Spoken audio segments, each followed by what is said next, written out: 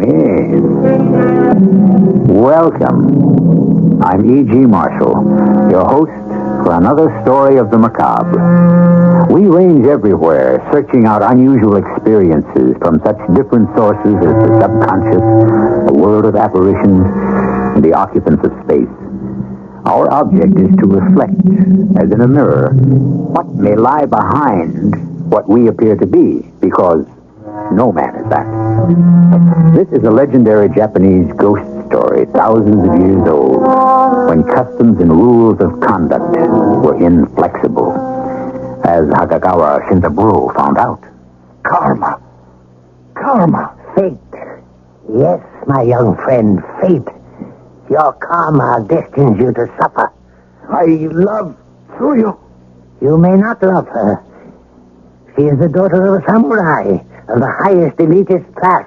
Put her from your mind. If you do not, Hagawara, you invite both your deaths. Heed my warning.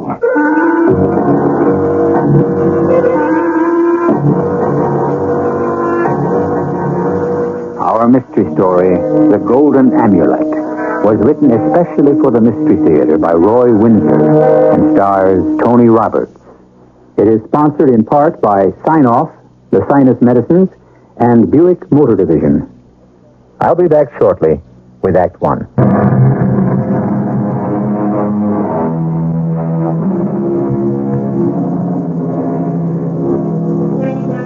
The religion of Gautama Buddha, born in the 6th century B.C., spread from northern India to Ceylon, Burma, Siam, China, and to Japan. Its ultimate goal is nirvana, the final emancipation from the necessity of transmigration. Unless nirvana is attained, the doctrine of impermanence applies to all things, and even the gods are liable to the effects of fate and of transmigration. Buddhism denies a permanent self. These beliefs, fate and transmigration, underlie what happened to Hagawara Shinzaburo. A lovely villa, Dr. Shijo. The lady Tsuyu lives here alone? Not entirely. She has... the door is opening. Please to enter this humble house. Dr. Shijo? Connie, how nice to see you again. This is my young friend Hagawara Shinzaburo. Oh, you are welcome, sir. Thank you. Follow me, please.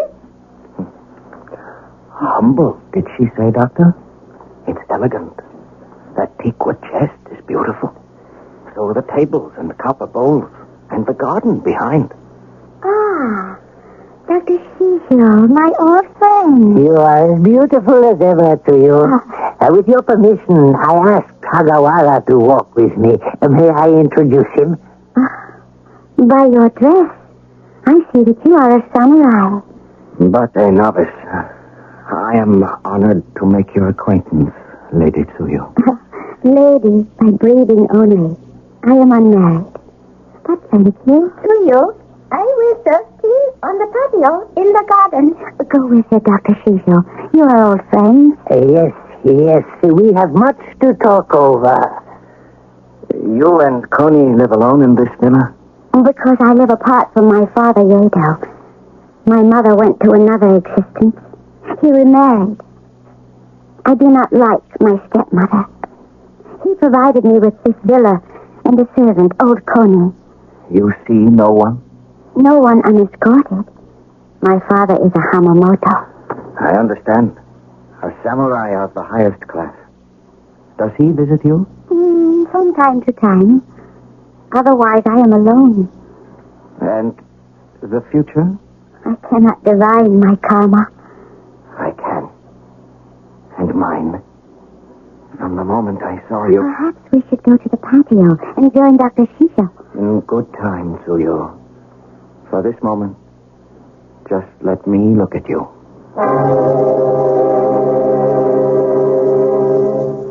Your mistress looks very well, Connie. In health, but not in heart, Doctor. It is wrong for so beautiful a young girl to be confined in this villa. Her father has found no one suitable for her? None. You have today made a mistake, Dr. Shijo. That young man. You noticed, too? He is struck by her. And your mistress? I know the signs of love, Doctor. That cannot be, Connie. Her father would disown her. And Hagawara would be killed. I have spoken when I should have remained silent. I beg your forgiveness. Oh, you cannot control your heart any more than I can mine, Hagawara. The moment I saw you, it was stolen away. By the gods, I swear that I love you. I defy them and your high place in proclaiming my love. And I love you. If you do not visit me again, Hagawara, I will die. Hagawara, my poor young friend. Months have gone by, Dr. Shijo. Months since I walked with you to Suyu's villa. I must not visit her without an escort. I have been tempted, but I will not compromise her. That, at least, is to your credit. Suyu's father would disown her, and you would be killed. I do not know where karma leads you. I know you suffer. Karma. I love Suyu. No one can defy his fate. Please, I beg you, Shijo. Walk with me to her villa. I will walk there alone. I am determined to see her again. You cannot imagine? I, too, was young. Then help me. Please. Yes, master? You and your husband, Tommaso, have attended me for more than 80 moons, Monet. That is true, master. You are a fine person. It is a pleasure to serve a considerate young samurai, Master Hagawara. You are content? Yes. You live in a small hut, Monet. Do you never long for better? Fate has determined what Tommaso and I do, and where we live. As a Japanese and Buddhist, you know that, master. This existence was determined for us, and yours for you. You believe in transmigration? The soul passes to another body until the end of time, master. So, what each of us is now was determined by a previous existence. Tommaso and I are servants. You are a young samurai warrior. It is not for anyone to question what the gods have decreed. You know all this. I am in love, Monet. We know. With a lady named Tsuyu. The daughter of the mighty warlord Yedo? Oh, she belongs to a caste apart from yours, master. We love each other. I must see her. I want you to carry a message to her. I cannot, master. You shall. You are asking me to risk my life. If I am discovered by the lady's father... There is no risk. She lives apart from him. Here is my message. Take it to Lady Tsuyu. What is it, wife? I am ill, Tommaso. See this message. He has ordered me to take it to Tsuyu. Must I obey him? The master risks 3 lives. Shall I speak to him? Hagawara denounces his karma and defies the gods. We must ask a priest to intercede. No, Tommaso. The master would be angry. We are but servants. We do not have the right to interfere. Go to Dr. Shido. He is Hagawara's friend. I will. And I'll take him the master's message for Tsuyu. The doctor is a wise man. Let him decide what is right to be done. Perhaps he will consult Nisai, the fortune teller. It is said that she is gifted in reading the future.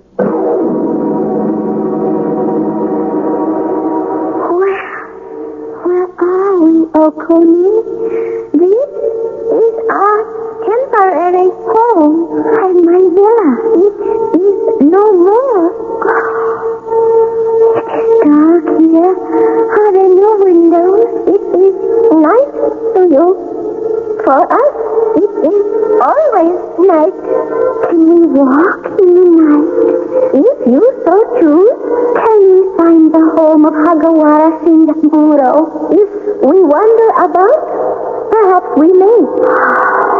and lead the way. Where are we, Oconee? It is a field of dreams. Yes. Is this a dream? No, my lady. I don't understand. My villa, my father, Dr. Cecil, Hagawara, where are they? Among the living, Suyu. We are not. We're dead. Yes, my lady. We are prisoners of our tomb until the night of the festival of the dead. Then, as the gods decree, we will be ready to pass into our future existence. Dead. And Hagawara, he lives.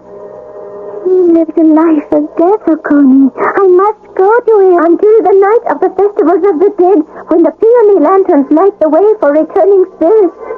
They will not be able to see you, my lady. Not see me? Oh, no, of course not. We're dead. Are we really dead, Oconee? Our bodies lie in that tomb. Do you?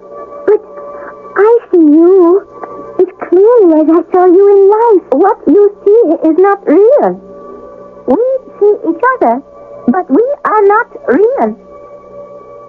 We are ghosts.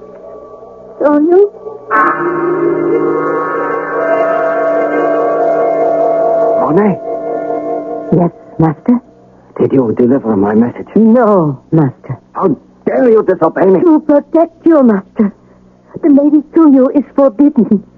She is from a higher existence than you, Master. The highest existence is love. What the gods have decreed shall be.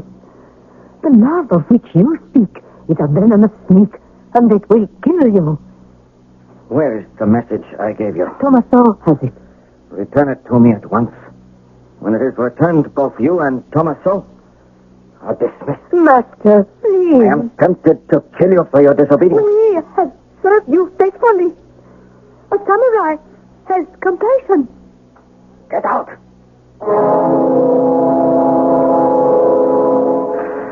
I am not afraid of Tsuyu's father. Let him abandon her. We will go away, far from his reach. He would hunt you down. I will fight to the death for Tsuyu. You won't have to, Hagawara. Your trouble is over. Just what does that mean? Tsuyu and Oconee are dead. I don't believe you. I don't believe they're dead. It's a trick. Or you've been warned by Yedo, her father. You're protecting yourself from him because you brought us together. It is no trick. I'll go to the villa myself. At your own risk. When you come to your senses, I hope you will apologize to Monet and Tommaso. Perhaps even to me. You have not lied to me, Doctor. You are not deceiving me. The cleverest of lies lasts only a week. I bring what should be good news to you. You are safe at last. Because Tsuyu is dead.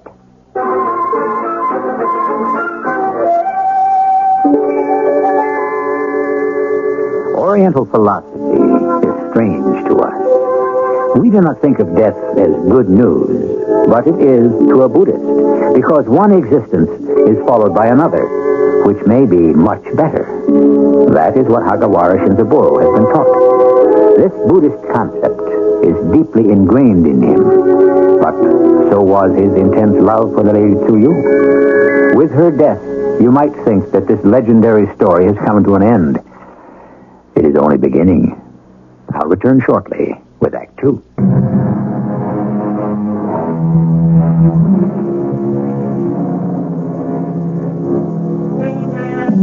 We're dealing here with an ancient Japanese story about what karma, which is fate, has predestined for Hagawara Shinzaburo, who loved deeply, but, like others after him, not wisely. I have always thought that those terms deny each other.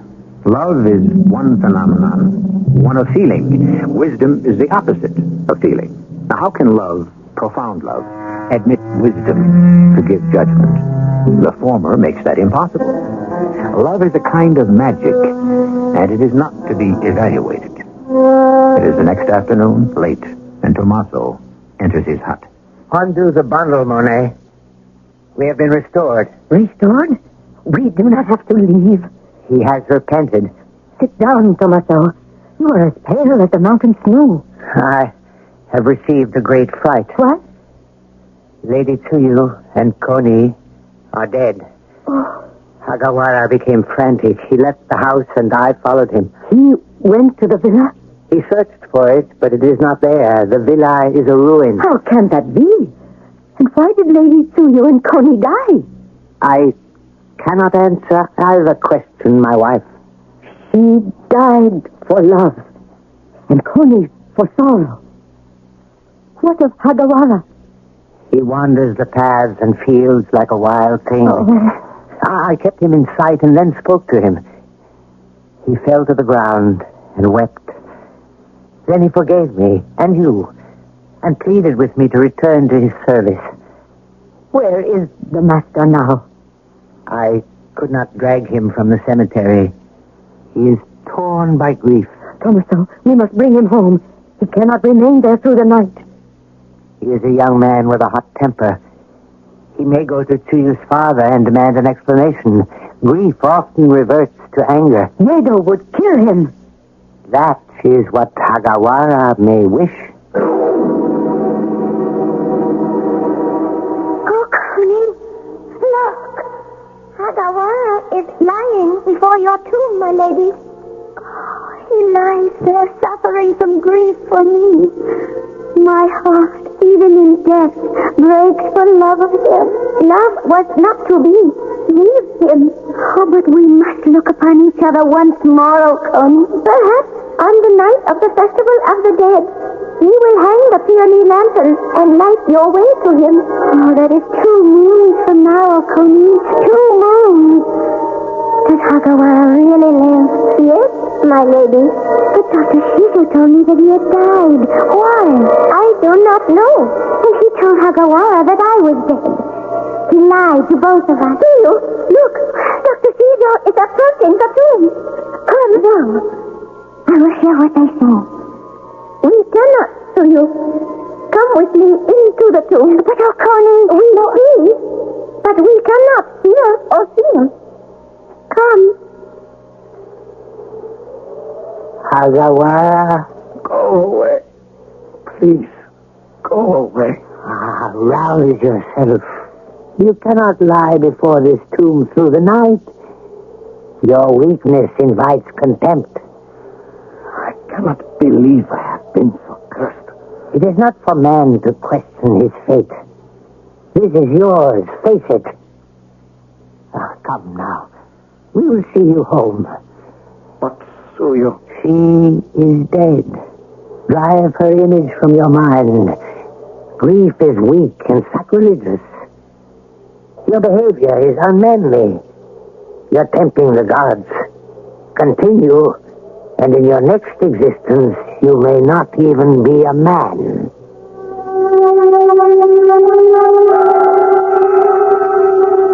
Master, Yes, Monet. I have brought you tea. Thank you. Am I permitted to say, Hagawara Shinzaburo, that Tommaso and I have admired your return to this life? Thank you. What is your pleasure this night? My pleasure. It is the night of the Festival of the Dead. Ah, In past years, of course. We hung out the peony lanterns to guide the spirits back to us. and we hang them out tonight? Yes, of course. Perhaps it would be better not to hang the lantern. Have no fear, Monet. I love the woman. I cannot love her ghost.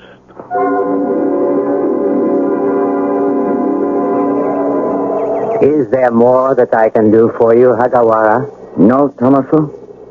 I will enjoy my evening tea here in the garden and retire early. The peony lanterns look lovely. It is a sacred night, Master. I have hung one on my hut. I will bid you good night. Good night, Tommaso. Hagawara.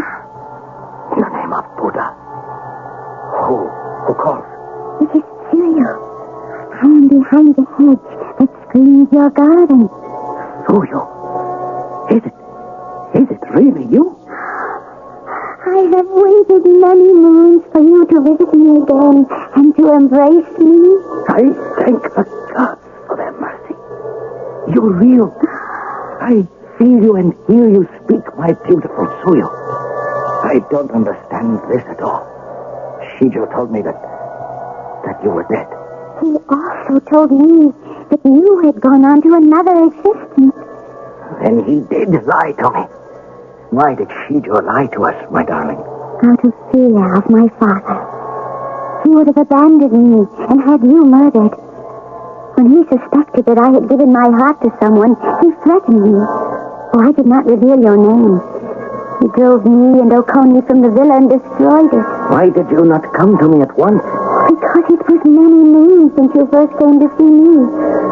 I was afraid that you had forgotten me. My devotion was immediate. This will be your home. We will be married, and then we will go far away. For my own sake, I do not fear your father, but I do fear for you. Come to you. Monet. Oh, my wife. What is it? You look as if you'd seen a ghost, Tomaso. I have. Two, in fact. And worse. She came back from the dead. And Oconee with her? Soon after I said goodnight to the master, I saw them lurking outside the hedge which encloses the garden of small trees. There they were. Tsuyu and Oconee. You really saw them? Did they look like ghosts? Oh, they looked like living persons. Oh.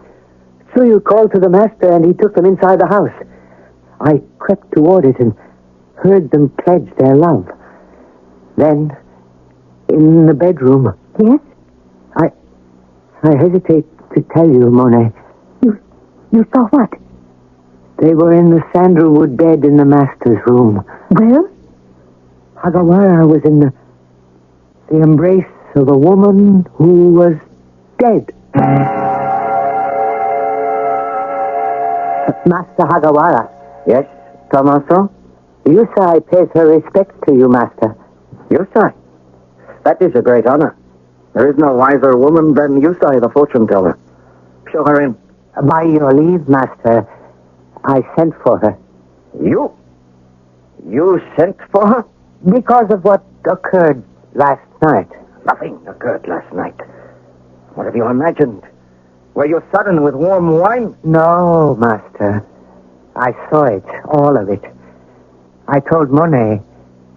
We agreed that I should approach Yusai, and she has come to see you. A blessing on your house, Hagawara Shintamburo. Yusai, your presence graces my humble dwelling. May I do more than that?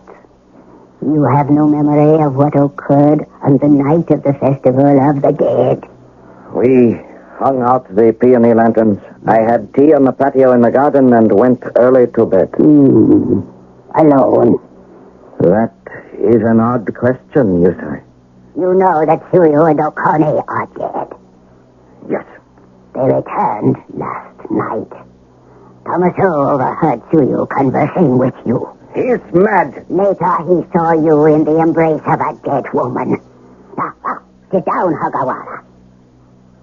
The blood has drained from your face. The peony lanterns lighted for her the way to your villa. I slept with Tsuyu. You have embraced a dead woman, a ghost. That is a sin, a foul sin. You agree that Tsuyu is dead. I have laid flowers at her tomb day after day. But she returned to you last night, and she may return again. If you admit her to your house, you will die a hideous death. I can foresee it. Hagawara, will you listen to me? Yes, Yusai, but I have no memory of her visit. I have dreamed about her constantly, but I have no memory of what Tomaso saw. You will obey me. Yes. I have brought a sacred golden amulet. You are to wear it at all times. Will you do that? Yes. Equally important are the Ofada. Religious threats. What am I to do with them? I have provided enough Ofada to cover every entrance to your grounds and house. Tomaso will place them over doors, windows, and across paths. They will prevent the return of Tsuyu and Okoni. When the sun sets, you will remain inside. How long will I be so confined? By the end of one moon, the ghost of Tsuyu will have despaired and will be seen here no more. I am so happy, Okoni. Soon night will fall. Then we will return to Hagawara. Oh, I long to embrace him again. Nothing can prevent us from being united. He will marry me, and we will go far away. Oh, you will come with us, Okoni. Thank you, my lady. I am bound to Hagawara. I was in life. I shall be in death. We shall be joined together forever when he crosses over and joins me.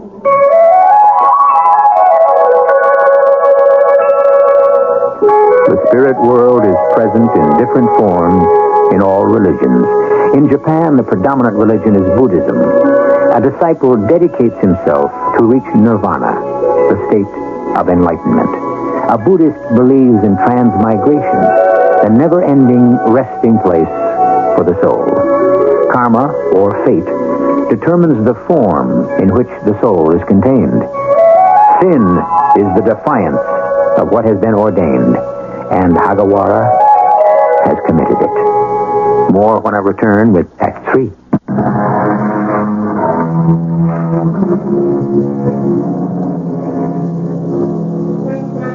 The story of unrequited love is as old as time. We accept such disappointment by rationalizing that it was not to be. A Buddhist, however, can explain it. It's because of karma, fate, which the gods determine, and there is contentment in that belief. One's karma cannot be changed. A person who tries to oppose the gods is doomed. For the moment, Hagawara is safe from the ghost of Tsuyu, although their love for one another persists. Tsuyu approaches Hagawara's villa late at night.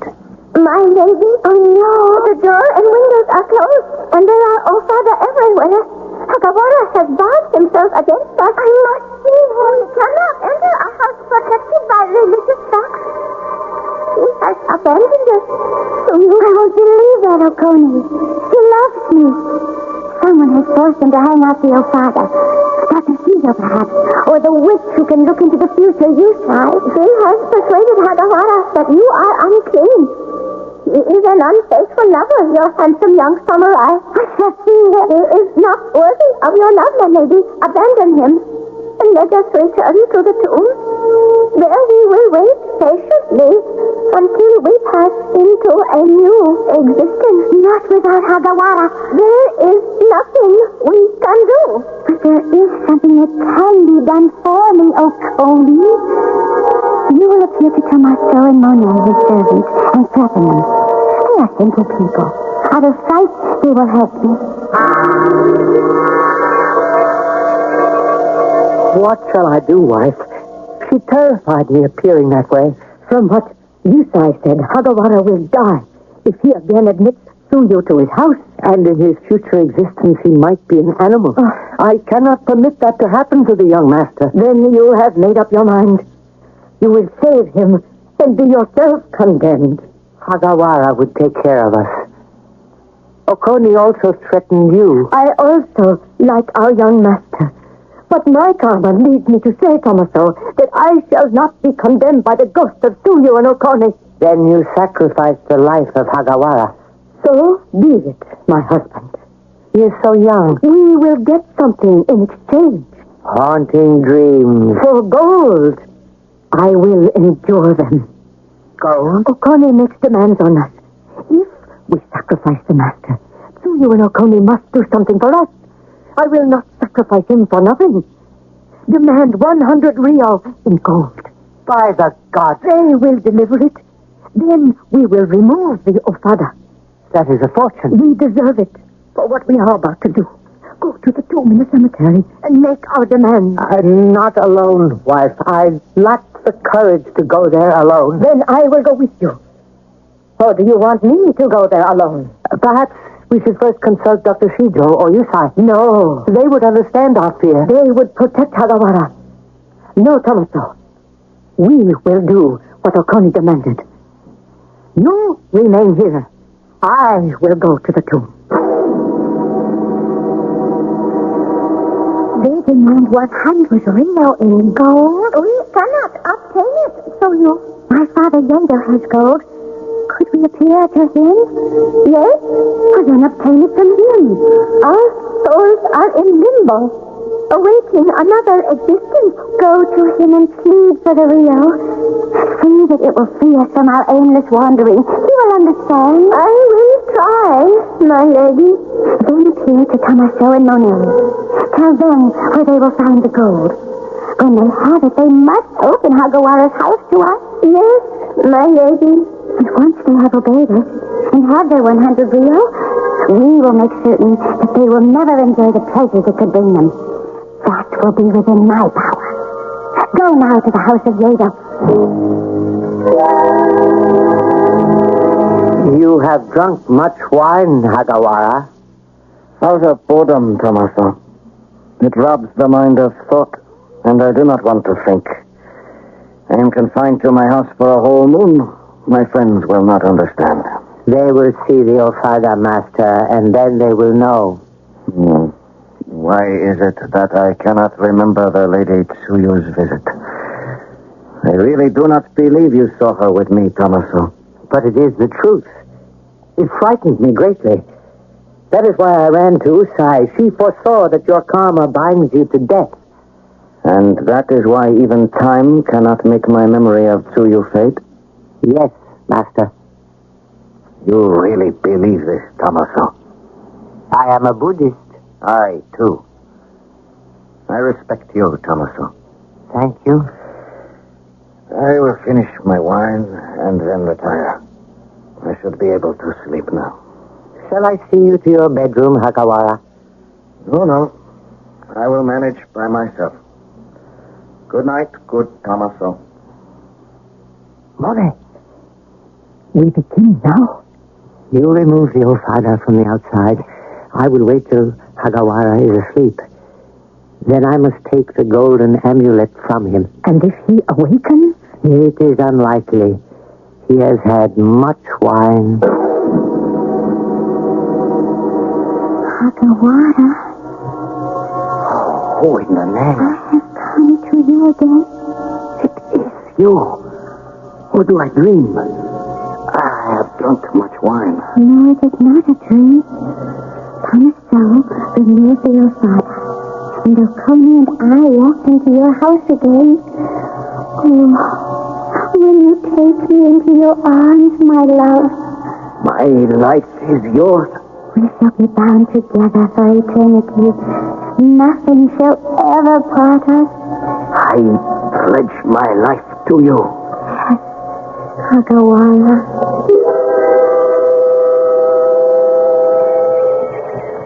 Good morning to you, Tomaso. I noticed that the Ofada have been taken down. Usai told me their purpose. Your doing, Tomaso. Your faithfulness will be rewarded. I wish for no reward, Dr. Shijo. You will receive one nevertheless. May I enter? The door stands open. Shall we awaken Hagawara, or do you suppose he has gone with flowers to the tomb? The bedroom door is closed. Ah, Doctor! What have the gods? I feel faint.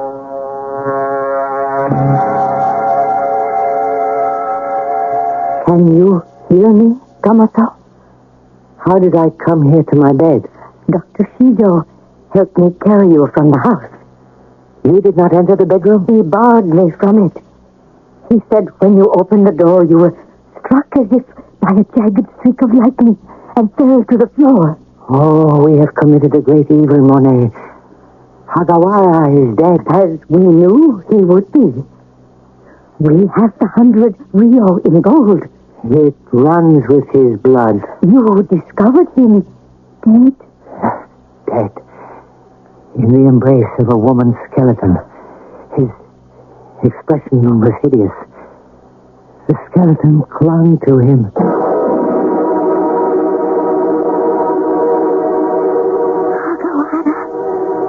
Who are you? And where am I? Who am I? Shiryu, your love, Hagawara. Is that my name?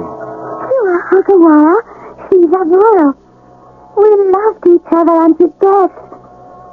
What troubles you? I have never seen you before.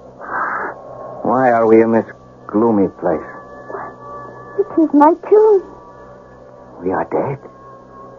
We are ghosts. I was always afraid of them.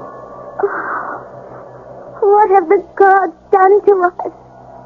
With your permission, I will leave you now. But our karmas bind us together in death as they did in life. I have no understanding of what you mean, lady. When I died, you wanted to die. You roamed the streets and the fields searching for me. And daily you brought flowers to my tomb. I do not remember doing so. What are you doing? I'm going down on my hands and knees. You are changing before my eyes. Changing into a... Oh, God! Have mercy! Mercy! Release me also into my next existence. Now! Before I see this ghastly transformation. Please!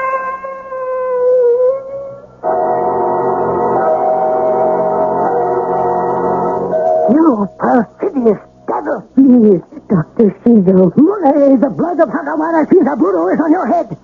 You murdered your master. To protect your own life, you gave Hagawara over to the ghost of Tsuyu. You finally foresaw what you would do. In my ignorance. It is greater than the sea is deep. A ghost has no power against the Ofaga and the Golden Amulet. Yusai has told me that ghosts who have wronged in temporal life wander in search of redress. Who had harmed Tsuyu? I do not know, Doctor. No one.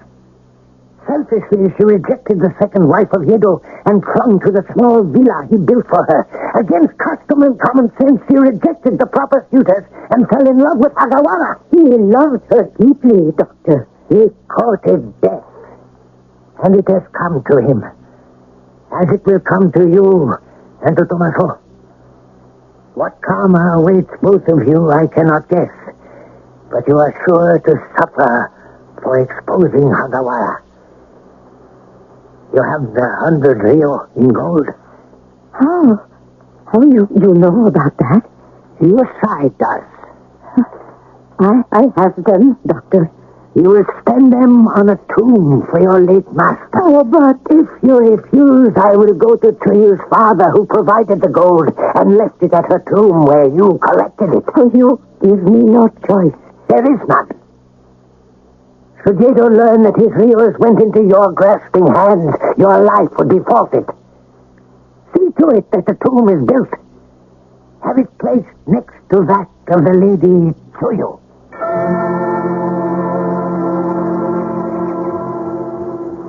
It is a fine tomb, worthy of the young samurai. It is to your future credit, Tomaso and Monet. The gods are not forgiving. They are just. I am the cause of Hagawara's death. I mourn for him. I rejoice for him. He is gone to another existence. May it be happy for him. Oh, do not grieve. It is written that there is no permanence in life. Hagawara's karma bound him to death from a previous existence. His removal from this life is no more important than a grain of sand to the ocean. Our souls are eternal.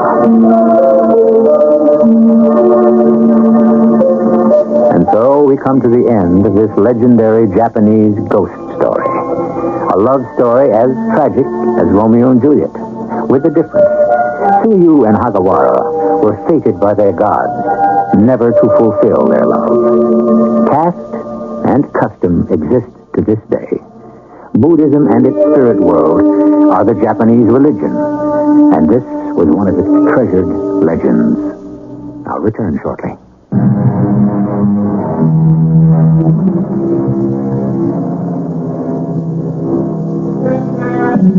Certain men, such as Buddha, have gone beyond science, inspired divinely to understand life, and then to write down precepts which lead to oneness with the source of life. His converts achieve tranquility because they believe that there is no permanence to life, but that the life of the soul is everlasting. It is a viewpoint that can bring personal peace in a turbulent world. Our cast included Tony Roberts, Evie Juster, and Robert Dryden. The entire production was under the direction of Hyman Brown. This is E.G. Marshall inviting you to return to our Mystery Theater for another adventure in the macabre. Until next time, pleasant dreams.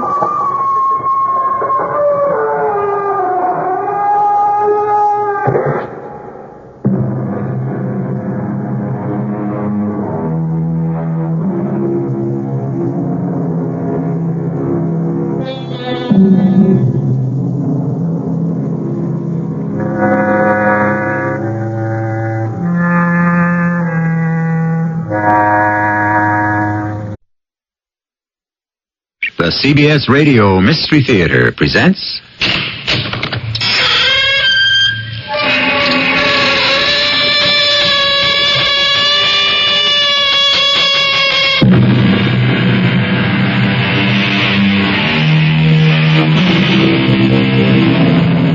Come in.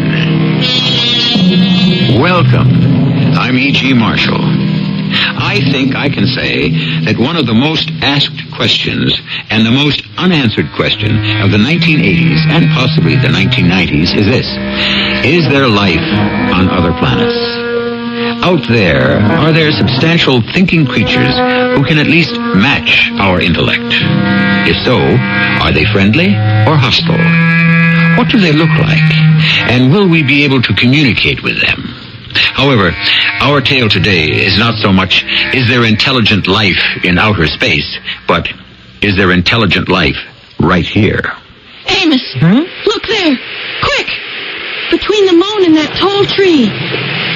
It's coming closer. What is it?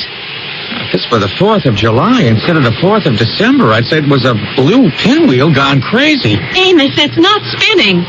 It's lighting up the sky. Now it's moving off. Over the hill. It's gone. What was it? Well, it could be a temperature inversion. It does that. It's an unidentified flying object. You and I have just seen one.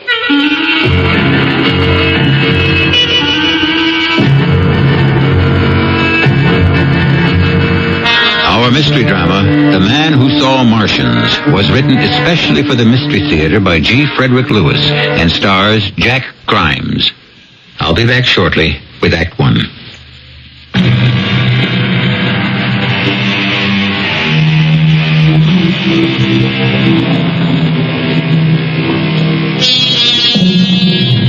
Some folks believe the most fascinating events can only happen to those who live in big cities. This is quite untrue, and today's Mystery Theater story will prove it. Extraordinary happenings will occur to those who live in Hudson Falls, a small town where a young man and a young lady sit on a porch glider of an evening. Amos, I wish you wouldn't keep asking me. I haven't made up my mind. Susan, when are you going to? Don't you love gliders? I mean, they're so old-fashioned and sweet. Mother and Dad spooned on this when they were first married. Well, I guess you're not going to give me a positive answer tonight. Now that she's passed away, Dad never sits out here anymore. Okay, I'll change the subject. I am being considered for the job of assistant editor to Harris on the newspaper. I'm very pleased. Well, I thought you'd be. That's why I had to come over and tell you. I'm pleased Dad is taking such a personal interest in his newspaper. Becoming a publisher has given him something to do. Doesn't he have any hobbies or friends? Dad's never been close to people. He's spent all his time making money and now buying the Hudson Falls Gazette. Money's been his only interest. You know, Susan, we could give him something no money can buy, and I bet it'd give him a whole new lease on life. We could? A baby. Amos, I haven't even agreed to marry you yet. Okay, then what about it? I've been asking you for 2 years now. Amos, I don't see myself married to you because I want to be married to someone who's going somewhere. What are you? A reporter on a small-town newspaper. Even if you got to be editor-in-chief, it's going nowhere. You're not ambitious. And I don't want to go nowhere with you. Amos, look up there, quick. Between the moon and that tall tree. It's coming closer. What is it? Today was the 4th of July instead of the 4th of December. I'd say it was a blue pinwheel firecracker gone crazy. It's not that. It's not spinning. It's lighting up the sky and coming this way. It's moving off. It's going over the hill past the baseball diamond.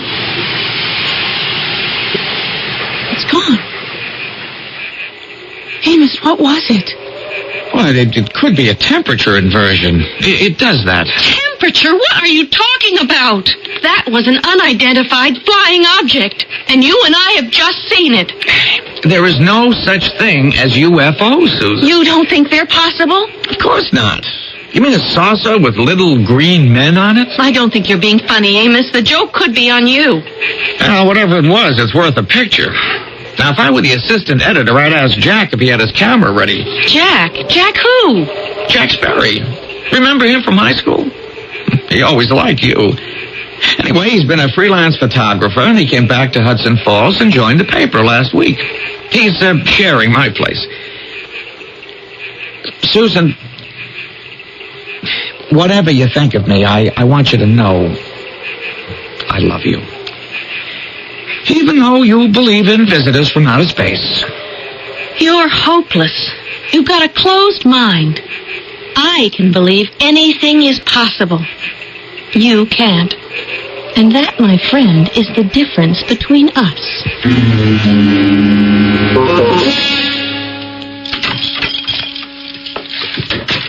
Amos! Is that you? Wait till you see these shots I just developed. Oh, doggone it. You smelled up the bathroom again, making it into a dark room. No, watch it. These blow-ups are wet. You took these? Yeah, just an hour ago. I was standing outside, and all of a sudden, I saw this big, flying silver pie, 100 feet in diameter, windows all around it, come zooming over the hill. Look at this one.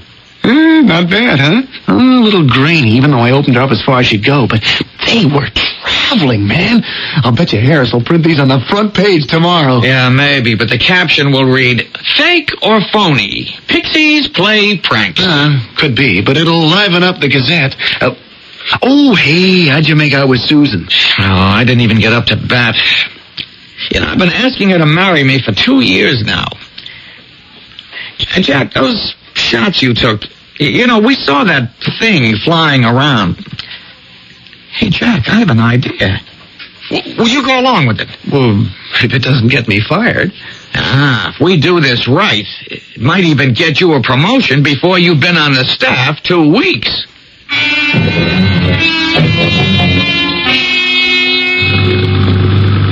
What time is it, Jack? Why, you're not planning to break any speed records in this old car, are you? No, I just want to get to the top of this hill without being seen. It's 10:15. Oh, hey, where were you today? I looked for you at lunchtime. I spent most of the day in the library. Reading up on our project, Operation Goofo? Very funny. There's a whole shelf on UFO. People who've seen spacecraft, actually been on board. You know, you keep reading that stuff, you can get to believe someday it could happen to you. Only, I didn't want to wait that long. You really think what we're going to do is the only way to Susan's heart? Well, I'm willing to gamble. You think this whole jalopy will make it to the top of the hill? Oh, she'd better. It's around that bend, then about 50 yards.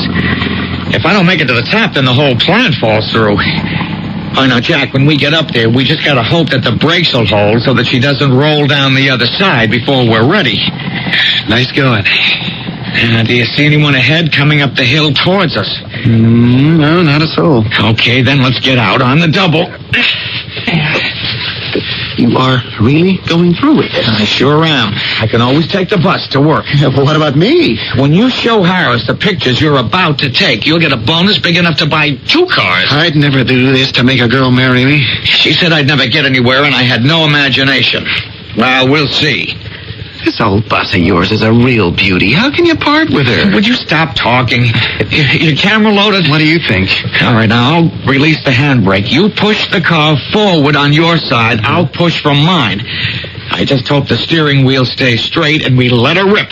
Okay, so she rolls downhill and crashes into some tree down there or into that stone fence. And we run like the devil after her. I mess myself up with dirt and lie down somewhere near it like I was thrown from the wreck. And I just take as many pictures as I can, right? Oh, hey, how come I didn't get hurt? We talked about this. You were riding with me. When the UFO ran us off the road, you had the presence of mind to jump clear right away. And because pictures are your business, your natural reflex was to take pictures of everything in sight. Now, once you got what you want, I'll hoof it to the nearest phone and I'll call old Horace Bailey and tell him what happened. That way Susan will hear about it first. Gotcha. Okay, now. 1, 2, 3, 4. There she goes. Run after her.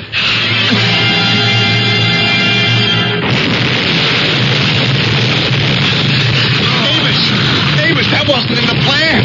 She cracked up okay, but she's on fire. Oh, darn it, I figured everything but that. What do we do? Oh, okay, you jumped out. Remember that. Now, I've got to get close to her and see if I can get singed to somehow make it look like I was inside when the UFO sideswiped. Amos, you are not getting any closer to those flames. Wait a minute, I know what. I'll take off my clothes, tie them to the end of a stick, and then poke them into the fire just to get them a little burned. Oh, Amos, don't do it. She could explode again. It's not worth it. Forget it. Hey, Amos, you're not taking off your pants, too. Everything I've got to make it look authentic. I'm supposed to take pictures of this? Not yet. Not until I singe the clothes and get them back on. That's the whole idea. Amos, something is going to go wrong. Somebody is going to see the flames and we'll be mobbed. Hey, Amos, you're not taking off your shorts, too, are you? Well, now, how's it going to look if my clothes are burned but my underwear Amos, where are you? Oh, this is black smoke. He said I should keep taking pictures. Amos, you okay? Amos! Somebody pulled the alarm. They're sending a pumper. Oh, doggone it. My clothes fell off the stick right into the fire. Are you okay? You didn't get burned? No, it's all right. It'll make a better story. Jack, why aren't you taking pictures? This is what the UFO did to me. Shots of you naked? Don't worry about it. Can always be retouched. Here they are. You better skedaddle. Over here, you guys. Amos, beat it. 2 firemen are coming. They've got a portable foam extinguisher. Okay, stand back, you. Hey, you, taking the pictures. I mean you. Hey, watch it. There's a man behind the burning car. Watch where you aim that hose. Stand back, Tony. Hey, you with the camera. Chuck, aim that foam higher, will you? Hey, stop. Will you stop? You're dropping me. Let me out of here. Chuck, turn your phone down. Wow. Look at him. Boy, if you ain't a sight, mister. What are you doing out here on this frosty night, naked as a jaybird standing behind a burning car? You, warming your hands, mister?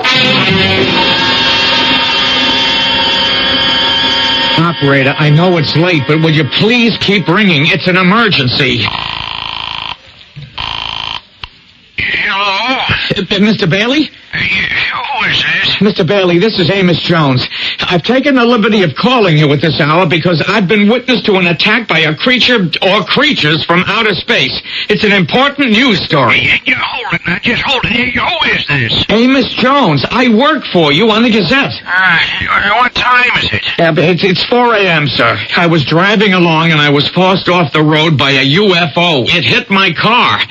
I'm in the firehouse, sir. In the firehouse? What are you doing there? Well, they're looking for a pair of pants to fit me. I lost all my clothes in the fire. I was hit by a UFO, sir. I heard you the first time. You weren't hit hard enough. You be in my office in the morning, and you'd better be wearing pants. Have you noticed how some people can't seem to do anything right, even on Mystery Theater? Here is Amos Jones, young reporter who tries to impress the girl he wants to marry by wrecking his car to make it appear he was attacked by some arsonist from outer space.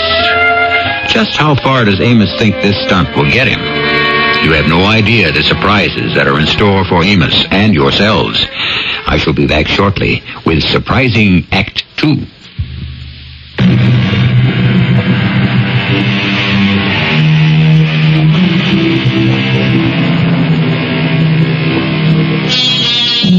Just because a young reporter fakes an encounter with a UFO doesn't mean that many haven't been sighted around the world. There are countless affidavits, published accounts, and sworn testimonies, not only of sightings, but by people who believe they have been taken aboard a flying saucer. Up in Hudson Falls, it was a week of notoriety and ballyhoo, the value of which did not escape publisher Horace Bailey. Amos, I think we've got a tiger by the tail here. You've come up with some first-class, first-hand news, and we cannot let the story die away. Oh, Mr. Bailey, I'm still shook up about that first encounter. When you see Susan, I hope you'll tell her that. I haven't been able to get a hold of her. You were near death, my boy. When that extraterrestrial machine came down right on top of us and sideswiped us, I really thought that was the end. Well, I, for one, would like to keep that story alive. It came at me buzzing like a giant beehive, a streak of blue light. All those little windows in a saucer, 100 feet long, Mr. Bailey. 100? The first story we sent across the wire, you said 50. Now, you shape up, boy. Now, which is it, 50 or 100? A good reporter remembers details. Well, you try remembering with all those strange faces looking at you out of the portholes as that darn thing buzzes by. This has just hit me. The tower on top of the Gazette building. Mm-hmm. The one on the right side, we never put the water tank in it. Oh, ideal. Amos, I am turning the tower into an observatory, and in it, I'm installing a telescope and perhaps even an automatic camera.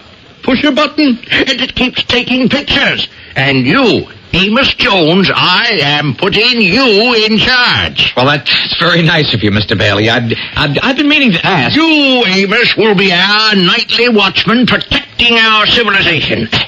You had a question? Yeah. I didn't have any insurance on my car. I couldn't get collision because it's more than 5 years old. By Monday, everything will be installed. Well, do you think the Gazette could get me a replacement? Well, I'll talk to the board. You know, a man like you who's in charge of his country's first privately endowed Center for Non-Terrestrial Study, NTS, should have transportation to return to his home at 5 in the morning. You 5? Duty roster, 5 p.m. to 5 a.m. Your watch, my boy. You mean for me to spend my nights waiting for UFOs? When do I sleep? In the day. This is for science, Amos. If these Martians, or whatever they are, like it here, they may start commuting. Who knows? They'll be back, and we will be ready. Every night? Well, I think there ought to be a couple of people working in shifts. Don't you think I deserve a more normal schedule? More normal than what? It's Susan, Mr. Bailey, your daughter. I know she's my daughter. Well, when am I going to see her? She works days in that law office. I'll be working nights, so I figure I ought to get Saturdays and Sundays off. Not to begin with, Amos. It's weekdays and weekends. Remember, Hitler always struck on the weekend. So did Napoleon. We can't relax our vigil for a moment. Say, this is some great spot you have up here, Mr. Astronomer, in your telescopic tower. No, cut it out, Jack. No, I mean it. Hey, look at that telescope. What an observatory. Oh. I got a good deal for old man Bailey. 2 cameras, automatic. So I've loaded one with triax, the other with infrared. You are so lucky. Will you shut up? The whole crazy idea is boomeranged on me. I'm on duty here every single night. Oh, that's a real shame. Yeah, Susan won't talk to me on the phone. I don't know what's wrong. Here I go and cook up this whole scheme about UFOs that she was so excited about, and suddenly it's nothing doing. You haven't seen her? Saturday, Sunday, I call her. She's not home. I leave messages. Here it is Monday, and I'm on this cockamamie UFO watch, and what for? Now, what kook from outer space is going to fly by the village green of Hudson Falls to be observed and photographed? It's insane. Gee, I'm sorry it worked out this way. Well, what can you do? Well, there's got to be another sighting. That's what. I'd like to hang around and take the pictures for you, but these cameras are a cinch. Just push the button, and you're in business. No, these sightings are going to be in my head, Jack. You understand? I'll get action from Susan and old Horace Bailey. You see if I don't. Believe me, I'm not spending any more nights in an empty water tower just because Napoleon declared war on a weekend.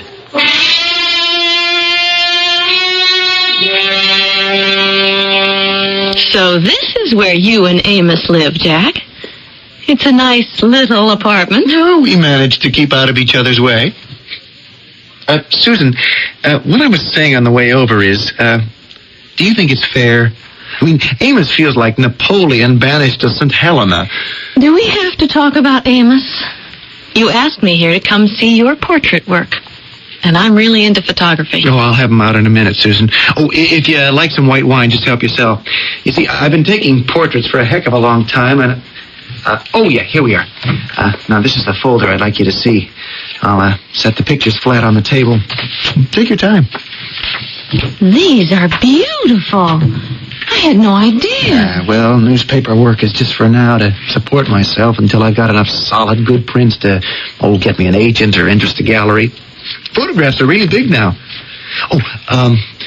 While you're looking, I just have to talk about Amos.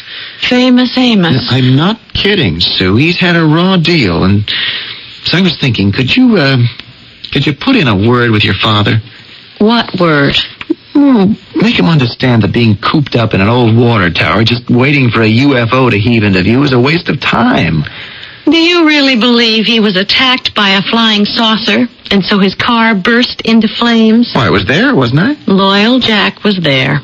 That doesn't answer my question. Well, what do you think? Amos made it up? What about the pictures I took? Your pictures show a car on fire and Amos running around in his birthday suit. There isn't a UFO anywhere. Well, of course not. The thing had gone by then. Is that why you don't answer when Amos calls? You don't believe it? This whole Center for Non-Terrestrial Study is a joke. I'll make a deal with you. I won't say I think you may be in cahoots with Amos if you take me to the Founders' Day picnic tomorrow. Okay, I guess so. You do that, and I'll keep my suspicions to myself. Susan, you are the prettiest blackmailer I ever met. But I still want you to remember, Amos is my friend. Good morning, Mr. Bailey. I've got something important to report. Yes, good morning, Amos.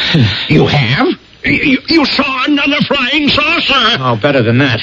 One of them landed on the village green last night, and they took me inside it. Hey, Amos, go, Amos, you don't mean it. It took you inside. What was it like? Well, I've written the entire story down here, and I want you to read it very carefully. Hold everything.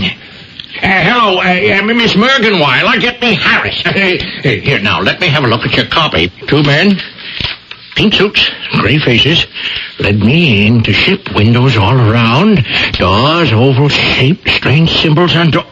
Amos, I can't believe I'm reading this. They place me onto golden table, tube fastened to middle of my body, strap me down, table spinning. It's too much, Amos. It's too much for a mere mortal to comprehend. Well, I underwent an unusual flowing feeling, Mr. Bailey. It's hard to explain in our words. Then the table stopped. It's all written down there. Then they let me get up. And one of them said, "It worked." And the other one said, "We'll get them all now. All of them." What did they mean? Well, I would say those who were sent from outer space plan to take over our civilization. They are not friendly. They're to be feared.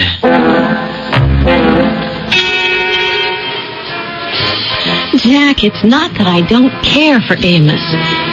It's that I think I like you better. Sue, I can't do this to him.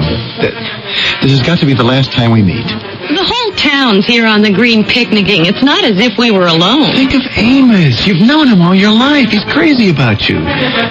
You can see the Gazette building from here. Look up there. In that tower, there he sits, a lonely watchman ready to give the alarm if we're invaded. Nice try. Amos isn't protecting anybody. Come on. How can you say that when he risked his life last night, being forced on board a spacecraft? One that didn't make a dent on the green? You don't think it's strange that no one else in town saw it land? Look, Sue, I said I'd take you to the picnic.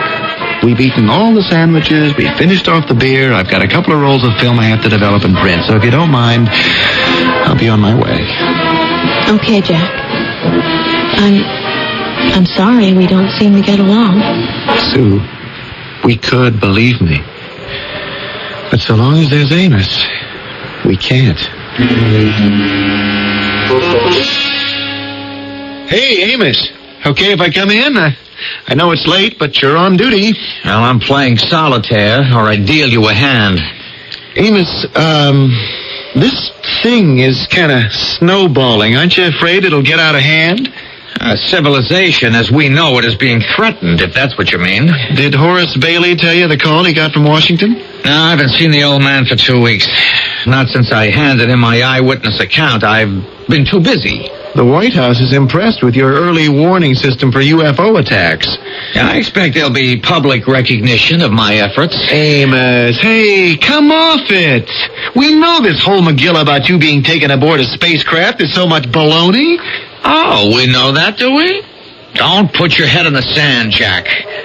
The only way we can gear ourselves to combat an invasion from enemy planets is for everyone to hate space. Now, did you hear me? Quote, hate space. Unquote. I know. I've seen nothing but hate space billboards and bumper stickers. I gotta hand it to you. You sure know how to get publicity. Hate space. You know, you almost have me believing it. Well, don't you, Jack? I know you've been dating Susan, and that's why I haven't got a chance with her. You're the reason. So when you come up to my observatory and say, "Hey, miss, don't you trust me?" my answer is, no, I don't. Okay, I get the message. I thought you'd let me explain, as an old friend. Nice try, old buddy. But our friendship is off.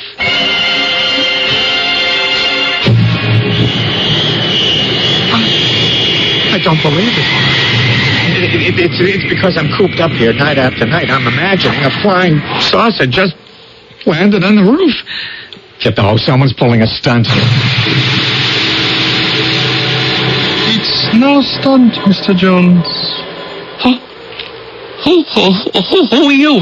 How did you get in here so fast? The answer to your question is one you are not capable of understanding. My name is Smith. You may call me Mr. Smith. Why are you dressed like that? A suit? No pockets. It's like you're wearing a flannel skin. You should also take note, Mr. Jones, that I have only one eye in the middle of my forehead and no mouth.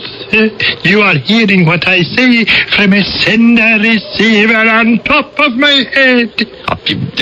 What is this? Is some game or something? Are you trying to scare me? Because Because I want you to know that I don't scare easily.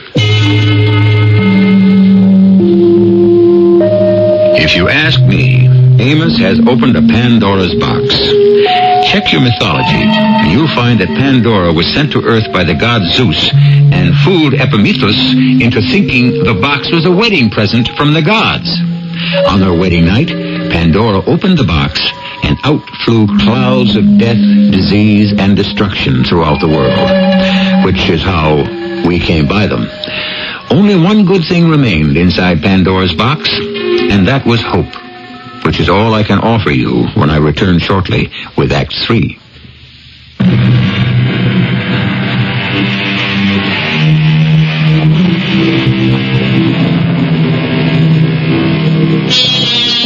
It didn't turn out exactly as Amos Jones had figured it. You see, Amos wanted to marry the boss's daughter, Susan. Susan believed in the unbelievable, and so, to impress her, Amos concocted stories of having met men from outer space. And now, poetry has become truth. Amos has actually been visited by an unearthly person, a Mr. Smith, a real non-terrestrial, with one eye, no ears or mouth, yet an ability to hear and speak. You ask, Mr. Jones, why I am dressed in this fashion. This is not my clothing, what you call gray flannel. It is my skin. Sure, a funny-looking get-up. You're doing very well in masking your fears, but let me assure you, I am not here to frighten you. Well, what do you want from me? A great deal, I'm afraid, Mr. Jones. You have done all our interplanetary cousins a great injustice, and by extension, yourselves. I have? You have. Through some extraordinary chance perception, you have been able to describe a great many of our life support and travel systems. However, because humans are basically ignorant, you have created a monster. You have painted us as desiring the Earth's annihilation. And before I and my brothers return from whence we came, you will have to publicly forswear your hate-space jingoism and admit to the world you told untruths. You manufactured outright lies. It was all a mistake. It snowballed. You see, there's this girl, Susan. Unless you reverse completely the falsehoods you have maligned us with, we shall change the angle of the sun so that your world is burned to a crisp instantly. Oh, you wouldn't. Would you? And not an atom or an electron in any of the galaxies would be any the wiser. Your planet will never be missed. What? You couldn't, Mr. Smith. 5,000 years up in smoke? Jones, we are a proud and peaceful race. You are the troublemakers and the warriors. For centuries we have been hopeful you would have come to your senses, and we could join you and show you how to attain peace and plenty. Space, Mr. Jones, is not to be hated, but loved. No. Okay. The ball is in my court. I've got to figure out a way of stopping what I started. You work on it. And let's see some progress when we return tomorrow night at this same time. You're going now? For a little cruise and survey. Would you care to have a look aboard before we leave? Who, me? Inside of one of those things? No. No, thank you.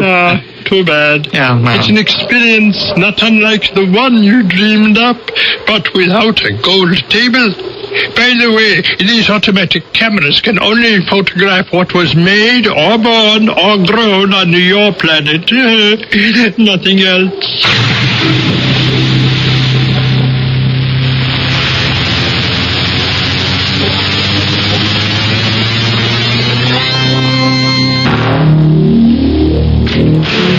Mr. Bailey. Did you see it? Did you see it? Of course I did.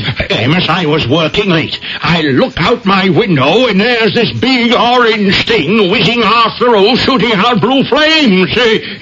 What were they doing here, Amos? One of them came to see me. Did you get his picture? I'm just checking now. No, the automatic shutter seems to have melted. Oh, my boy, you were very brave indeed, considering how dangerous these creatures are. Mr. Bailey, I'm afraid I made a big mistake. I'd like to go on record as saying space people, those from galaxies beyond, are not harmful. They mean us no harm. They're good people. And to hate space would be a catastrophe, a national calamity. They would like to be friends. They'd like to help us. We don't need any help like that. Anyway, it's out of my hands. Washington knows the whole story. If I were Washington, I'd ring this town with anti-aircraft guns and a fleet of fighter planes, so if they ever come back, we will be ready for them. Hello? Is that you, Amos? Amos, you've done it again. I was in the park with Sue, and we saw a UFO set right down on the roof of the Gazette building. How'd you do it, Amos? It's fantastic. Who is this? It's Jack. Who's this? This is Mr. Bailey, and are you Jack the photographer who works for me? Yes, sir, that's me. Where's Amos? He's right here. Do you wish to talk to him? No. I just wanted to let him know that I saw it. Yeah, well, so did I. And I'm up in the observatory with him. Now, you better come up here, Jack. Your cameras didn't work. They got jammed or melted or something. Step on it. Mr. Bailey, if we don't tell the truth that they're a great people, a kind people, and that I lied about them, if I can't get the people to believe that, they're going to blow us right out of the galaxy. It's the end. Amos, I think you're somewhat overwrought. Now, it's a great strain meeting enemies from out there. Now, you just let me take care of all the details from here on in. Okay?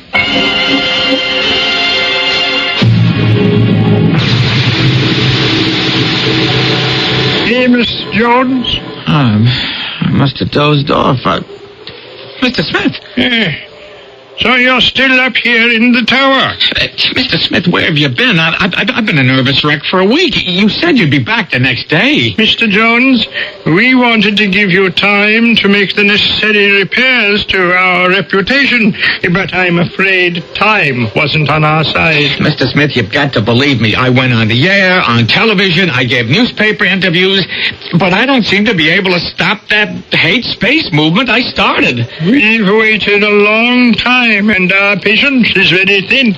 Every 5 centuries when we return, nothing has changed. Humans still prefer trouble as a way of life. But you're not going to move the sun, are you? Give us a break. Mr. Jones, you will come with us. Now? On board your ship? Well, where are you taking me? For a little ride.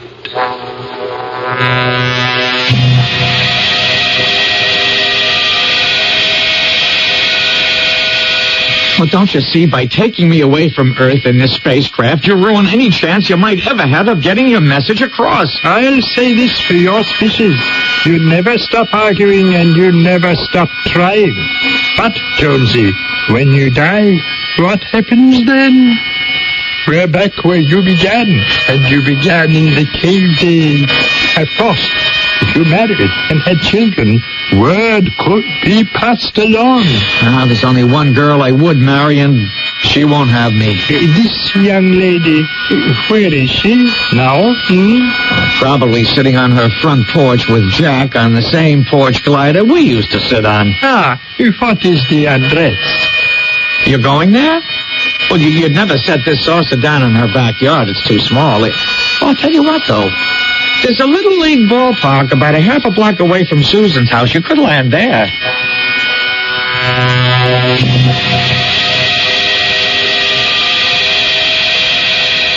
I feel sorry for Amos. I really do.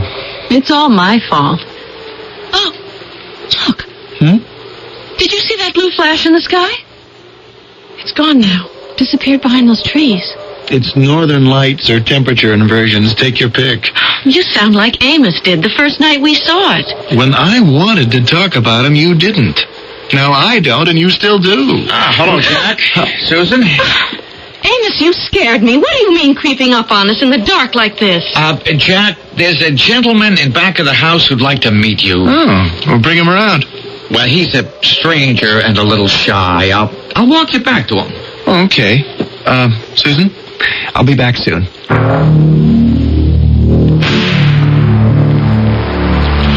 Amos, what are you doing here? Where is Jack? Well, he's talking to this party. What's going on back there? I hear strange sounds. I can't quite make out. Well, why don't you come back with me and see? You're being so mysterious. It's actually a little further up the street, in the baseball diamond. How are you and Jack getting along? We're good friends. Oh, Amos, why did you go through all that hocus pocus? You don't really believe I've ever been in touch with those from outer space, do you? Amos, I really cared for you before all this. Now, where is Jack? Jack? Are you over there? I think he's just behind this big clump of pines. Amos, why didn't you tell me? It's a real UFO. It's tremendous. And those flashing blue lights means it's about ready to take off. I can't believe my eyes. I'd like you to meet my friend, Mr. Smith, who's in charge of this expedition. How do you do, Susan? She has fainted. You'd better hold on to her, Mr. Jones. Oh, that is the young lady. Susan, are you all right? I have noticed over the centuries, Earth females appear to feel a weakness in their legs and a cloudiness over their eyes when they see us for the first time. It's the lack of mouth and ears, I expect. And to hear a faceless creature speak. Oh, please. Excuse me, Mr. Smith. I was unprepared for the truth. Yes, I see. Well, Mr. Jones, you can prepare the lady. Goodbye, friends. I hope the next time we arrive on your planet, your civilization will be, shall we say, more civilized.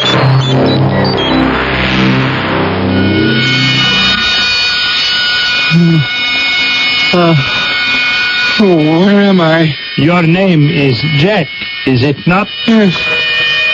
Oh, my God. Is this a nightmare or is this for real? To answer your first question, Mr. Jack, take a look out of the porthole nearest you. Do you see? We are climbing upward. The sun is rising with us. You're kidnapping me. Not at all. On our planet, you will have eternal life. But why me? And it seemed to us you were complicating matters between Mr. Jones and Miss Susan, and we required them to mate and produce offspring. A matter of spreading a belief. But you will be helpful to us. How? It's a sample of today's Earthling to study. Will I ever get back home again? To Hudson Falls? Certainly. We are not barbaric. We do plan to pay another visit to your world in a few hundred years. Earth time. By then, we would hope hatreds of all kinds will have died. We can wait. We are a patient people. It's an axiom that we hate some persons because we do not know them, and we will not know them because we hate them. Is our tale that much a fantasy, or is it perhaps a disguised fact? It could all happen. Somewhere in space, there could be those of superior ideals who are right this moment, watching us and waiting for the day when we might all join hands for a better life. I shall return shortly.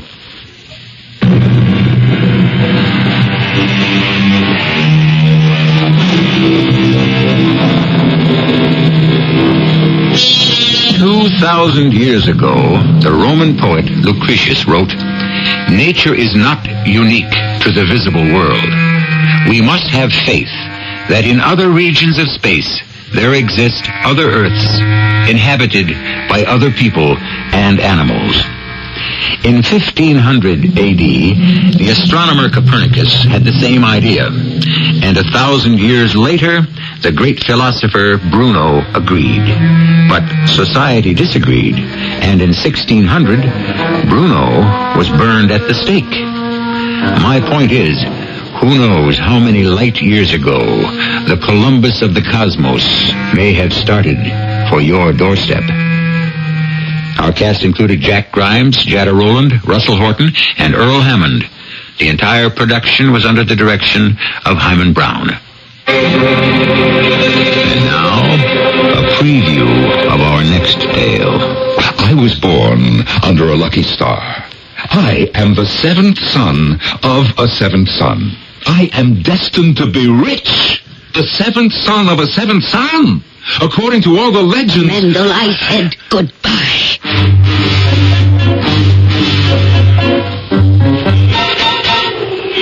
Stan. Huh? What? Your money or your life? What are you saying? Your money or your life? Go ahead, take my life. I'm not joking. And I am? Look, my friend, you gave me a choice. I chose. I'm warning you. I don't have any money, so it has to be my life. What do you mean you don't have any money? Everybody has to have something. Nothing. But don't tell me you have nothing at all. Not a copper penny. So go ahead, shoot. This is E.G. Marshall inviting you to return to our Mystery Theater for another adventure in the macabre. Until next time, pleasant dreams.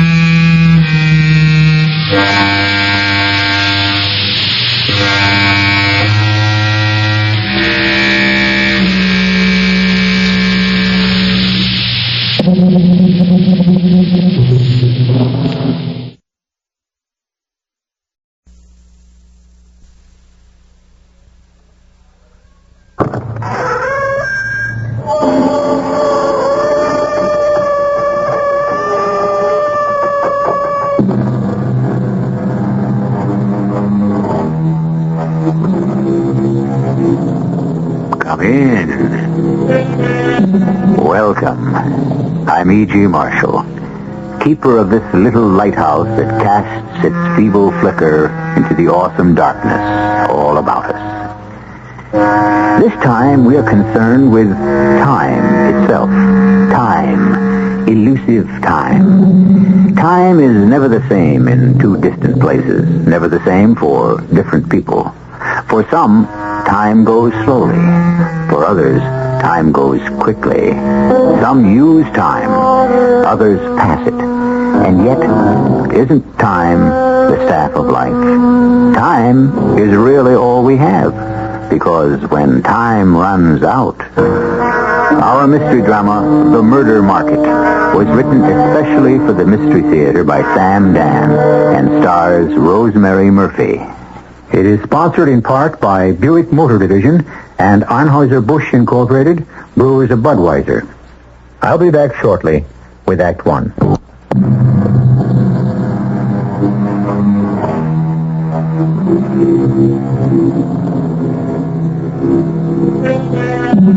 People have investments in stocks and in businesses and all sorts of enterprises. But these are investments involving money. The most important investment someone can make is the investment in another human being, because this is an investment in time. After all, lost money can always be regained, but lost time? Our heroine's name is Theodora Lewis. Significant might be the fact that no one has ever called her Thea, or Teddy, or Dora, or Dory. It's always been Theodora, or Miss Lewis. That's because she's such a sensible young lady. That's The word that broke the camel's back. Sensible. It's a word I've hated all my life. And what did it ever get me? Finally, I did something about it. Something wild and crazy. Yes, me, Theodora Lewis.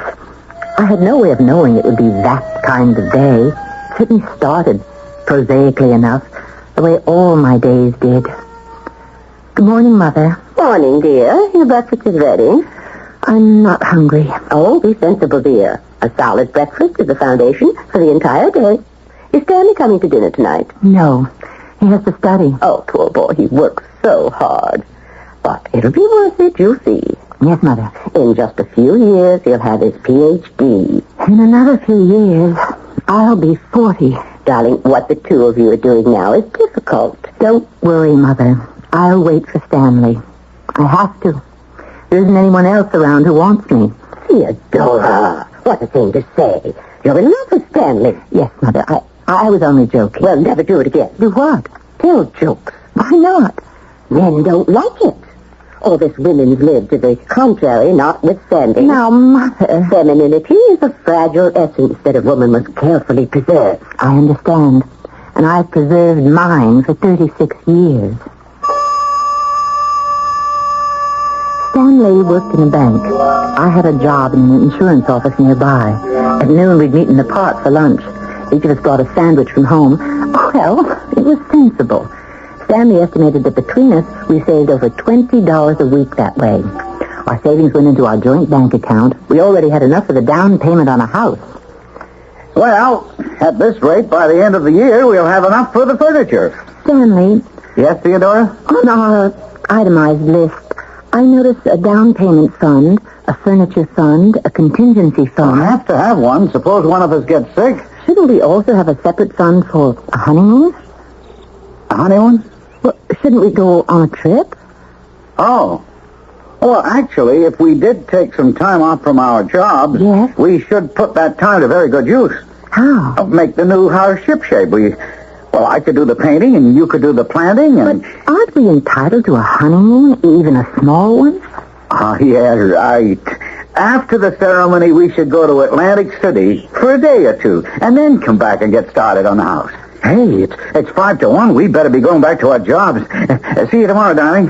Call me tonight, Stanley. Listen, I just had this thought. It isn't as if we don't see each other every day, huh?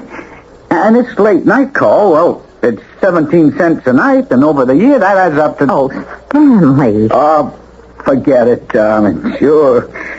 We are entitled to a few luxuries. We said goodbye to each other, and I started back toward my office. A little boy who was chasing a big yellow and red ball ran into me. He was about 4 years old, but very well-mannered. He apologized with a shy smile. He had the bluest eyes I ever saw. I looked at the sky and noticed a perfect match. And looking at the sky and the bright sun and the green grass, I said to myself, why do I have to rush back to that stuffy office? In 15 years, I've never been as much as 15 minutes late. I would just enjoy this day for a little while. If they didn't like it, well, if they didn't like it... You do talk to yourself a lot, girl. That's a fact. I beg your pardon. You want to be late to your office? Well, go right ahead and be late. Are you a mind reader? No, I'm a lip reader. You mean after 15 years they'd fire you if you walked in late just one time? No, they wouldn't do that, but they wouldn't like it. What do you do? I'm a secretary in an insurance company. Who? Bailey and Witherspoon. Do you have to work for a living? I have to support myself and my mother. She's been a widow for over a year. I see how lonely and insecure you are. What did you say? Here I am, a perfect stranger. If I ask you 2 or 3 more questions, you'll be ready to pour out the story of your life. Where are you going? Let go of my arm, please. I think it'd be better for you if you listen to me. That's a police officer just down the end of the path. What about it? What about it? I'm going to... You're going to do nothing, and you know it. You see, you're even too timid to call for help. You're afraid there might be publicity, something in the morning paper. an item in tonight's newscast. And somehow it might even be interpreted as your fault. After all, I'm a very dignified old gentleman. Oh, please, let go of my arm. Will you stay? I'll stay. All right. Let's get back to your job. You worked there 15 years. You must be pretty good. How would you know? Well, would they have kept you if you wanted? It so happens I am very good. The only reason I spoke to you in the first place is that you remind me of a girl I used to know. Oh, I see. What do you think you see? The prologue to a proposition. Oh, don't be cavalier about propositions, girl. How many of them did you ever get in your life, anyway? You'd be surprised. Don't play woman of the world with me. I know you too well. How would you know me? You only started talking to me a minute ago. I come here every day. I see you sitting on the bench with him. I say him because he dresses like a man. Well, personally, I doubt it. Stanley is the finest man I know. And you're in a bad way. Why does he sit here and munch peanut butter sandwiches? Why didn't he take you out to lunch? Because we can't afford it. When I said you reminded me of a girl, that wasn't the start of a proposition. What was it? No, just an old man's nostalgia. But now I see you're not like her at all. Well, on the surface, perhaps, but you don't have her fire, her ambition. Who was this girl? Well, somebody I knew. Almost 50 years ago. Doesn't matter now. Well, it's costing me too much money just to sit here in the sun. Right, girl? It's hidden. What's hidden? It's hidden under a layer of fear and lack of confidence, but I think you got the basic stuff. Go out. Do something with your life before it's too late.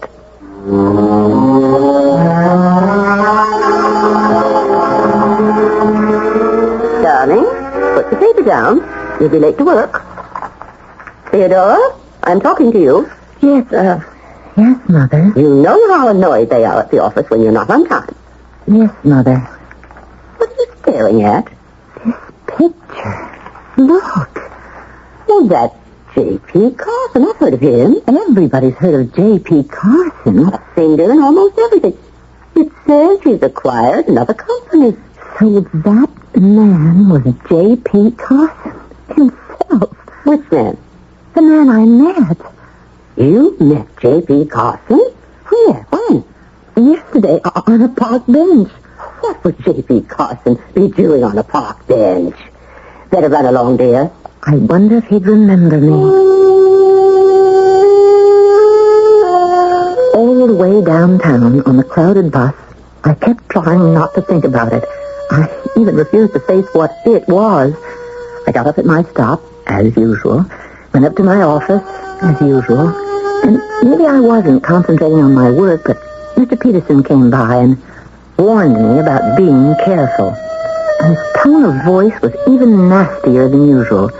And before I knew it, I was on my feet and I was looking down at this mean, vicious little man. And was this me? Was I actually saying, Mr. Peterson, I have put up with you and your nasty temper for more years than I care to remember. Take your frustrations out on someone else. I shall no longer pay the price for all your personal inadequacies. I quit.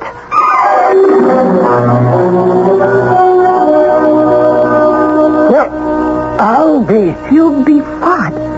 How'd you get in here? I got off the elevator. The receptionist was busy, so I just sneaked by her. We must never tell her. It'll break her heart. Then I stopped the girl. I said I was new here. Where's the boss's office? She told me. And? I want a job. You got a job? I quit. Well, after 15 years? Well, why do you want to work for me? Because you make me feel I'm somebody. I can learn from you, and I'm a good secretary. Will you give me a job? I have 2 secretaries now, and they complain about overwork. Answer the phone. You're working. Oh, Mr. Carson. Answer the phone. Mr. Carson's office. Is he in? This is Al Ferris. Are you in for Mr. Al Ferris? Ask him what he wants. Mr. Carson would like to know what you want. You tell that bandit. You tell Mr. Carson that I'm going to kill him. He says he's going to kill you. You tell him he's not man enough. Mr. Carson says you're not... Mr. Carson says, don't be silly. Yeah, you'd better believe it. And Carson had better believe it, and the whole world had better believe it. Before Carson drives me to ruin and disgrace, I'm going to kill him.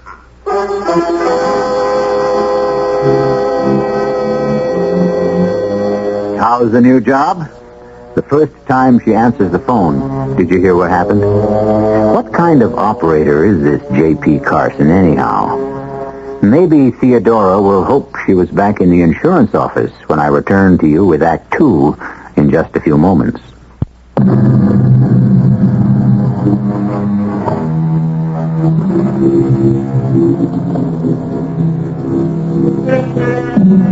We're told that certain primitive tribes taught their children to swim by tossing them into the water.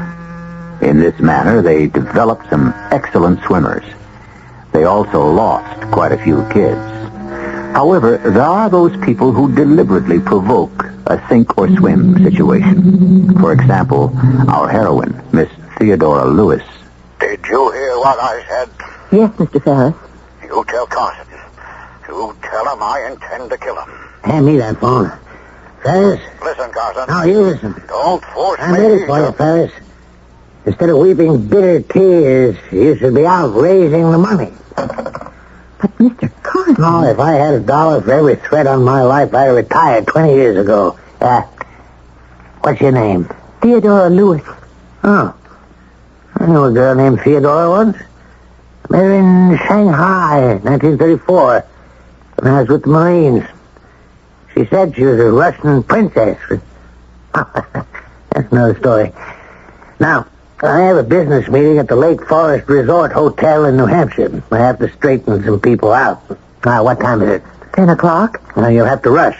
Take a cab home, pack enough things for 4 or 5 days, and be at the airport in time for a 12:30 takeoff. Mr. Carson... You'll see a sign that says private aviation. Ask for my plane. You mean you want me to go with you? You're my secretary, aren't you? But it's such short notice. When you work for me, you're on the alert 24 hours a day. But I have to meet my fiancé at noon. What, in the park?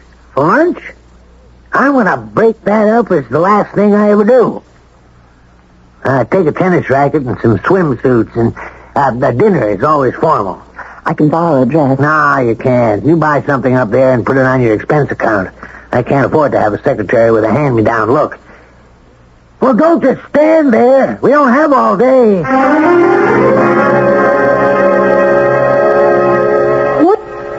What do you mean you're going up to New Hampshire? Mother, I don't have time to go into it. Let me have your suitcase. What will Stanley say? I'll call him at the bank. Theodora, you know how they frown on personal calls. Then you'll have to go down to the park at noon and explain. Explain what? Theodora, I strongly disapprove, and I suspect Stanley will too. You had such a good, secure job, and this man Carson, he's notorious. He's always involved in a lawsuit. Mother, I only have one life, and if I wait too long, I'll never get a chance to live it. Theodora, you used to be so sensible. What's gotten into you? I don't know, Mother, but it's wonderful. I thought it was a dream at first. Only yesterday, I had been bored with my life. And today, I had an exciting, thrilling new job. Suddenly, I was staying at the kind of luxurious resort I had only seen in the movies. In my briefcase, you'll find a folder marked United Merchandising. You got it? Yes. Type up copies of all papers in the folder. Do it in your room in the morning before breakfast, and then you can have the rest of the day off. I'll be in a meeting most of the time. Is there anything else? Well, that's enough for one day and one night. Oh, that's a pretty dress. You do have good taste. Pity Stanley can't appreciate it. Mr. Carson, I'll thank you not to discuss my personal affairs. I like that shade of red. Matches your hair. Now, there are some very interesting unattached men you can meet up here. Mr. Carson, I happen to be engaged. Yeah, I know. Just, what's his name? Stanley. Please. How could you even consider him? Mr. Carson, I must... Oh, be quiet. Why do you think I brought you here? Because I figured you could do yourself some good. Good? Come in. Carson, I have to talk to you. See me tomorrow, Ferris. Now, look, tomorrow's too late. I'll be frozen out. You should have thought of that before. JP, let's make a deal. Don't make me laugh. You'll regret it. Please, close the door gently on your way out. Won't you give me a break? Will you have to give me a break? I don't have the money. You know how to raise it. All right. I warned you. Trouble with you, Al, is that you don't know how to lose. And the trouble with you, JP, is you don't know how to win. That was the same Mr. Ferris who called you at the office? Oh, yes. Al Ferris. He looks desperate. They all do. All? They all get over it. See you at breakfast. Good night, Mr. Carson. Now, wait a minute. Check the folder and see if you have a paper marked options. Options? No, I don't see it. Well, I must have forgotten to place them in the folder. Look through the briefcase. Yes, sir. Here it is. It says options. Good. Put it in the folder. And now, tell me what's wrong. Wrong? Yes. What's wrong? Nothing. You'll have to learn to lie better than that. Especially if you want to get along in this world. Well? Why do you carry a gun in your briefcase? My dear Theodora, you obviously refer to my .45 caliber Colt automatic pistol. Whatever it is. I never know when I might need one. Have you ever needed one? On occasion. I never knew anybody who carried a gun around with him. I mean, except policemen. Well, I play a rough game for high stakes. You talk about a game and rough. But those men who are here, they look like wealthy, important business leaders. Well, it's all a game. And in games, you have winners and losers.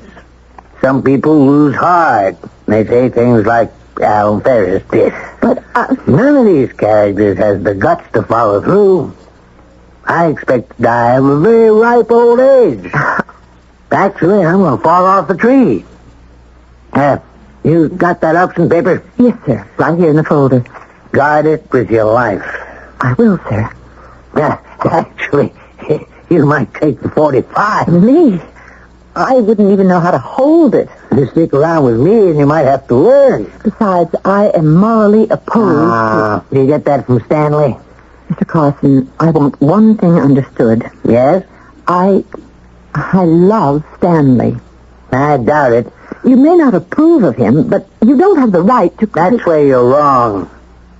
I can't have a secretary whose life is being ruined by some anemic imitation of a man.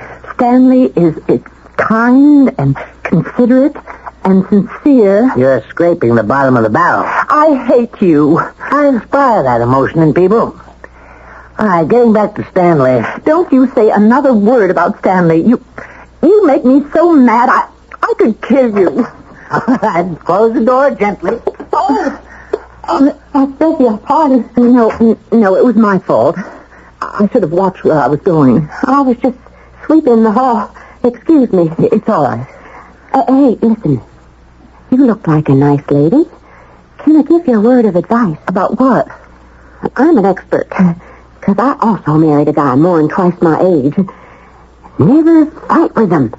They can get a heart attack. Oh, we're not married. Oh, you're not married. Okay. Well, at least take the old buzzard for all he's got. Oh no. It's nothing like that. Eh?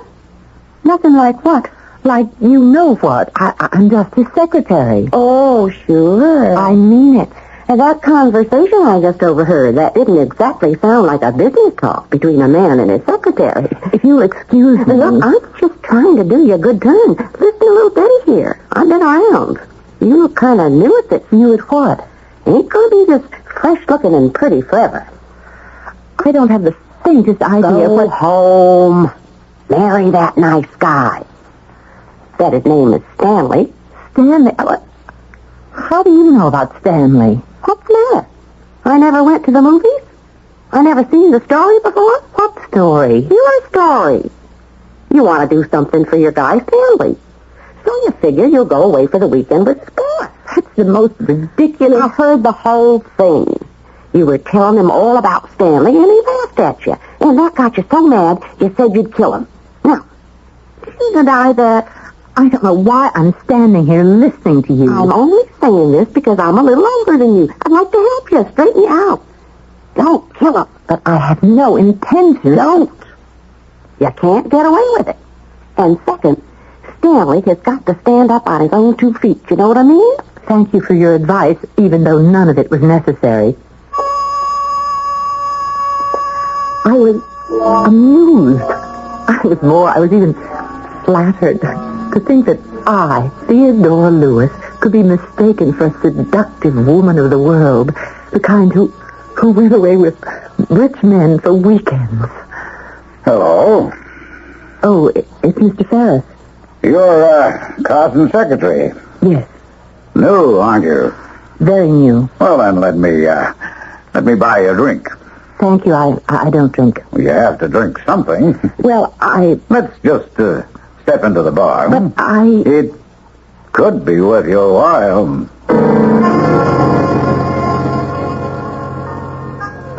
What did you wish to talk about, Mr. Ferris?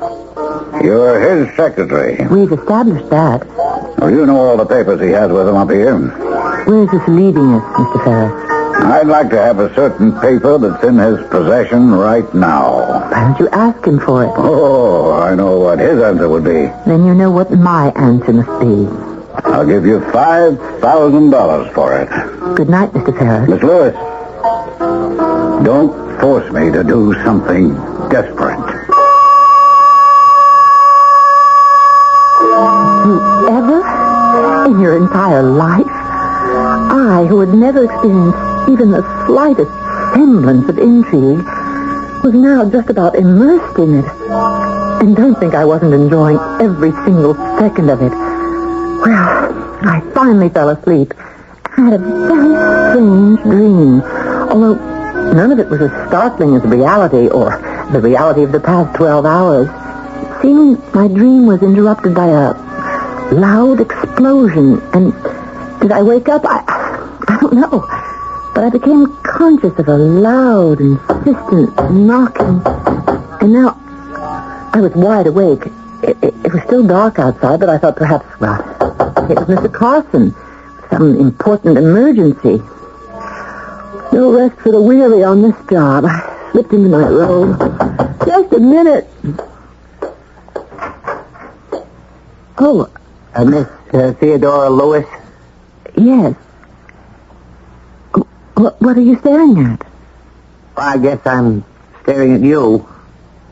May I come in? Why? Oh, my name is Frank Harmon. I'm the sheriff. The sheriff? Yes, the sheriff of this county. Well, come in, I suppose. Is something wrong? Oh, yes. There's been a murder. A murder? Who? Mr. Carson. Mr. Carson? No, it can't be true. He was found shot to death about an hour ago. Oh, that's terrible. Do you know who did it? Well, we have prime suspect. Who? You.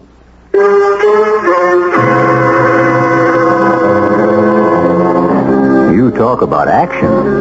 Here's what we gave you in rapid succession. She meets Mr. Carson on a park bench. She gets a job as his secretary. She is accused of being his mistress, and now of being his murderer. How much deeper can she fall?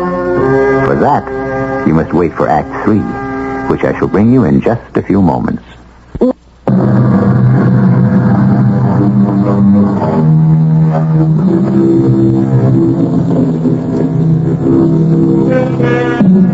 All of us walk close to the brink, and most of us are unaware of it. For life is usually predictable, despite the poets and philosophers. We do know what tomorrow will bring. It will bring us whatever it brought us today and yesterday. For in the main, we cling to the security of the tried and the true. It's only when we attempt to break the mold. Well, look at what happened to Theodora Lewis. Are you accusing me of murder, Sheriff? Well, let's say you're a prime suspect. I would have no... When was the last time you saw Mr. Carson? Just after dinner. Where? In his suite. And you didn't shoot him? No, of course not. Why should I have killed Mr. Carson? Well, someone heard you threaten him. But I never... We have a witness. I heard you say, you get me so mad, I could kill you. Did you say that, Miss Lewis? Not in that context. But you did say, you get me so mad, I could kill you. I was standing there right outside the door. Why don't you tell him the truth? I am telling the truth. The truth being that you went away with him so you could help Stanley get a promotion. Stanley doesn't work for Mr. Carson. All right, thank you, Betty. We can talk to you again if we need you. You should have listened to me. Now get yourself a good lawyer. Miss Lewis, would you mind telling us why did you come up here with Mr. Carson? I came up here because he asked me to. Well, that doesn't really answer the question. Why did he ask you to? Because I was his secretary. Oh. That should answer the question. Well, I'm afraid it doesn't. Why not? Because you were not his secretary. He hired me. Well, I checked with the company, and there's no record of an employee named Theodora Lewis. He only hired me yesterday. Well, even so, you should have been on payroll. Well, no, because... Yes? You see, I know how this is going to sound. I sneaked into his office without anyone seeing me, and I was hired then and there, on the spot. Yes? And he never had a chance to say anything about it to anyone because 2 hours later we were headed up here, on a matter of business. You sneaked into his office? To ask for a job. Yes. Well, what made you do that? We had met the day before. Oh. Where? On a park bench. And he told me I was wasting my life. Yes. Which I was, but now I wish I'd never listened to him. Well, if you didn't kill him, who did? Who did? Oh, I know. I know a man who had the motive and who threatened him. The murderer is Mr. Al Ferris. You threatened Mr. Carson twice. Once on the phone at his office. Oh, that is not true. And again this evening in his room in front of a witness. And who's the witness? Me. Oh, Sheriff, I'm afraid this poor young lady is clutching at straws. You deny that you threatened Mr. Carson? Why would I threaten Mr. Carson? Because he had you at a disadvantage. Some sort of business disadvantage. That's why you threatened him. Oh, now, that is an absolute lie. J.P. Carson and I were the best of friends. But I heard you say... That will have to be all, Miss Lewis. You can go now, Mr. Ferris. But like everyone else, you'll have to remain here at the hotel. Why, certainly, Sheriff. And I'm sorry, Miss Lewis. I tell you, he killed Carson. Carson had him in a bind. What sort of bind? I don't know. Well, you were his secretary. You don't know? I told you, I just started working for him. You just started and he took you up here? He wanted me to meet interesting men. Oh, really? Why?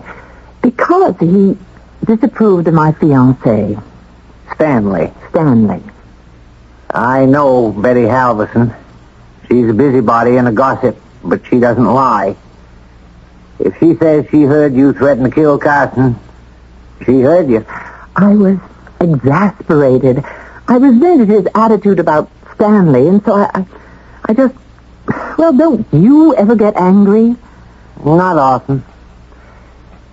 You meet him on a park bench, and he becomes your fairy godfather. You go away with him for the weekend. He promised. You delivered. He reneged. Do you believe that? Do I believe it? No. Thank you, Sheriff. But I'm just about the only one who doesn't. To everyone else, it's open and shut. Why don't you believe it?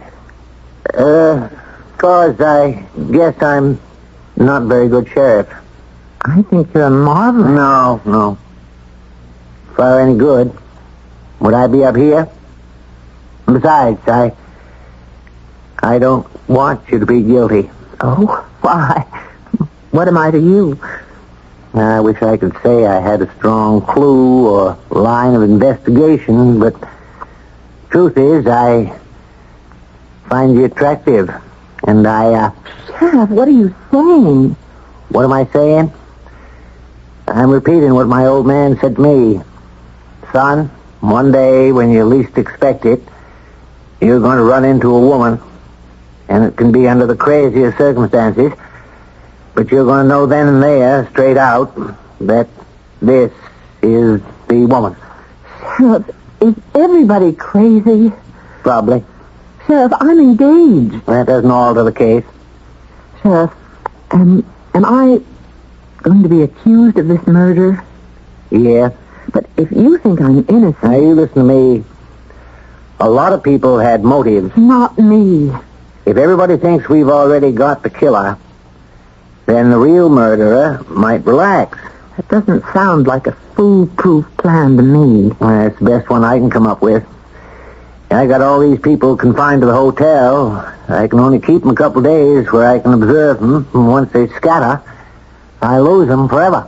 And you're going to announce that I'm the prime suspect? Let's have some lunch. I'm not hungry. Well, it's noontime. You got to be hungry. Please, I'm too upset. This is the sheriff. I'm Miss Lewis' room. What you got? Well, when in doubt, try 'em out and send up the steak and the lobster.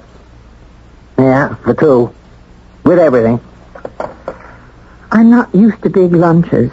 If you're going to live up here, you'll learn to appreciate them. Who says I'm going to...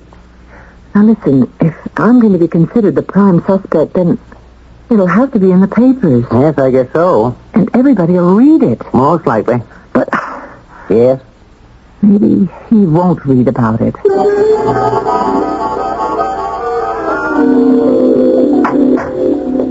Well, how are you today? Never mind about me. Have you found anything? How about lunch? Frank, you're not getting anywhere, are you? Well, these are big and important guys up here, and they're putting on the pressure to be allowed to leave. State's attorney says we can't hold them indefinitely, and so... Yes, thanks. The evidence against you is strictly circumstantial. I mean... I understand. And even if they decide to go ahead, you have every chance of being acquitted. And for the rest of my life, people will suspect that I'll... Excuse me. Yes? Who? Hold it. Stanley Prentice wants to see you. Stanley? He read about it. You want to see him? What must he be thinking? Is he in love with you? Yes. Well, then tell him the truth. And he won't think anything. You don't know Stanley. You know something? I think you don't know Stanley. Oh, Theodora, the reports in the paper, are they true? No. But everyone says... I don't care what everyone says. I'm innocent. But the papers say the police have a strong case against you. I want you to know I'm innocent. Well, I had to run up here and see you. I told them at the bank that I was sick. That was foolish. Everyone at your office knows we're engaged. They'll figure you came up here just... Well, we have to be sensible, Theodora. I need the job for the time being. And so, when Mr. Dittmar, the president, came over to my desk with the newspaper, he wanted to know if it was the same Theodora Lewis who was my fiancée. And what did you tell him? Well, he's so straight-laced and conservative and all. I had to say it was another person by that name. Stanley. Oh, Theodora, I believe you privately. I think you better go back to New York. Yes, I can't afford 2 days off in a row. But I came here to tell you I'm in back of you. I believe in you, dear. Thank you, Stanley. I believe in you, too. Goodbye, darling. I'll write to you every day. Please do, but don't use the bank stationery. Goodbye. I didn't mean to eavesdrop. It's all right. You feeling okay? He was right. Mr. Carson was right about Stanley. And that's why I was so furious with him. Because he was right. Isn't that ridiculous? Oh, yes. Hold it. It's J.P. Carson's lawyer. He's just flown up here. He's asking if you know about papers that are missing from Carson's briefcase. Yes. Tell him I've got... Hang up. Of course. That's it. The United Merchandising Options. I've got them right here. Carson wanted copies. Then why don't you give them to his lawyer? I will. As soon as Ferris is arrested for murder. Ferris? The room. Mr. Carson's room. Was it in disorder, as if someone were searching for something? Yes, it looked that way. Ferris killed him, ransacked the room for these papers. Well, how do you know? Ferris was caught short in the stock market. Here, his agreement entered into last year. He has to deliver 100,000 shares of United Merchandising to Carson at 25. That's because he thought the stock would go down. But today is delivery day, and the stock is selling for 60. Now you know why Ferris wanted to kill Carson. But these papers aren't enough to convict Ferris. Suppose we see how anxious he is to get them. I know why you killed Carson. I don't know what you're talking about. He had you in the ringer. You can't prove that. Why should I? If I turn the options over to his estate, you're still in trouble. If I gave them to you, you could burn them, couldn't you? Keep talking. Isn't it your turn to say something? All right, how much do you want? 250,000. Too high. To save you $4 million. Poor Mr. Carson.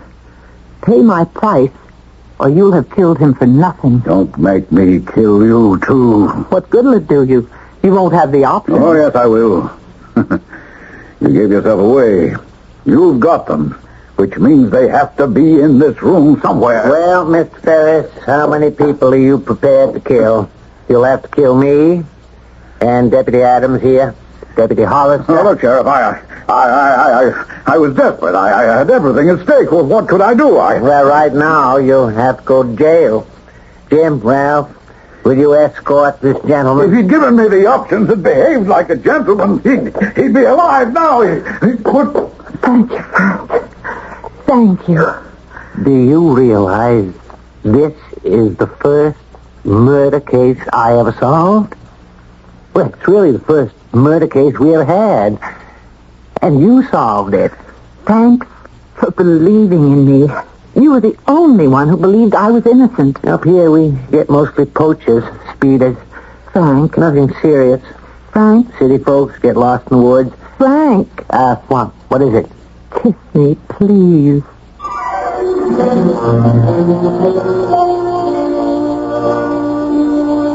And there you have it. The transformation of Theodora Lewis, who is now Mrs. Frank Harmon, and doing nicely up in the mountains of New Hampshire. And do you remember what J.P. Carson said about Theodora's engagement to Stanley? He said, "I'll break that up if it's the last thing I ever do." He had the gift of prophecy, that man. But like all prophets, he could see other people's futures, but not his own. I'll be back in a few moments.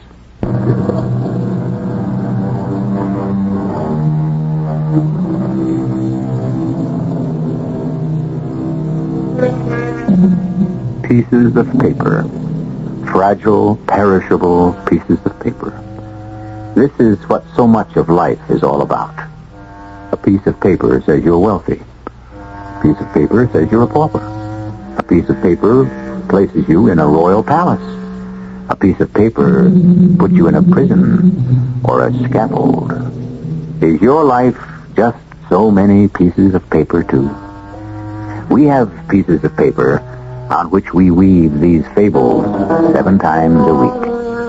Our cast included Rosemary Murphy, Robert Dryden, Ann Petoniak, and Ian Martin. The entire production was under the direction of Hyman Brown. Radio Mystery Theater was sponsored in part by Listerine lozenges. This is E.G. Marshall inviting you to return to our Mystery Theater for another adventure in the macabre. Until next time, pleasant dreams.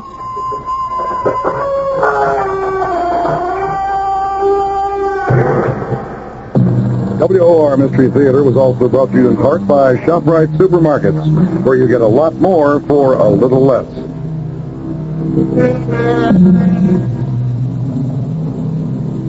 The preceding program was furnished by CBS Radio.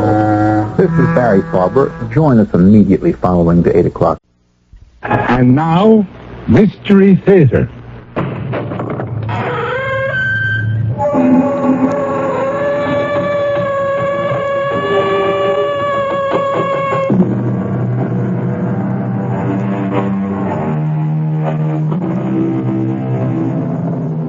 Come in. Welcome. I'm E.G. Marshall. Join me for an interlude in suspense, laden with the chilling fear of the unknown and the unexpected. Out there, in what we are pleased to call the state of nature, the strong kill the weak. Fang and claw provide the only law. Well, man, as you know, is a natural animal.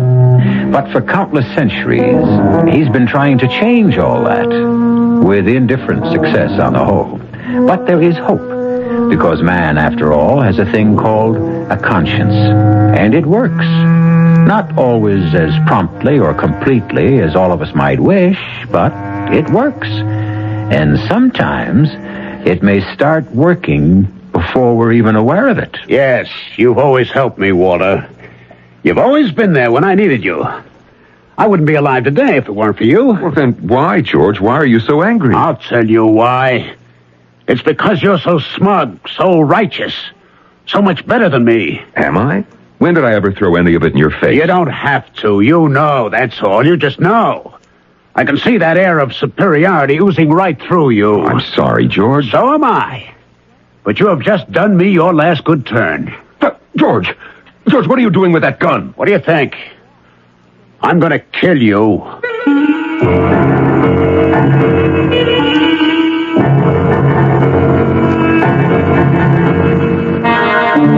Our mystery drama, The Deadly Process, was written especially for the Mystery Theater by Sam Dan and stars Norman Rose and Ralph Bell.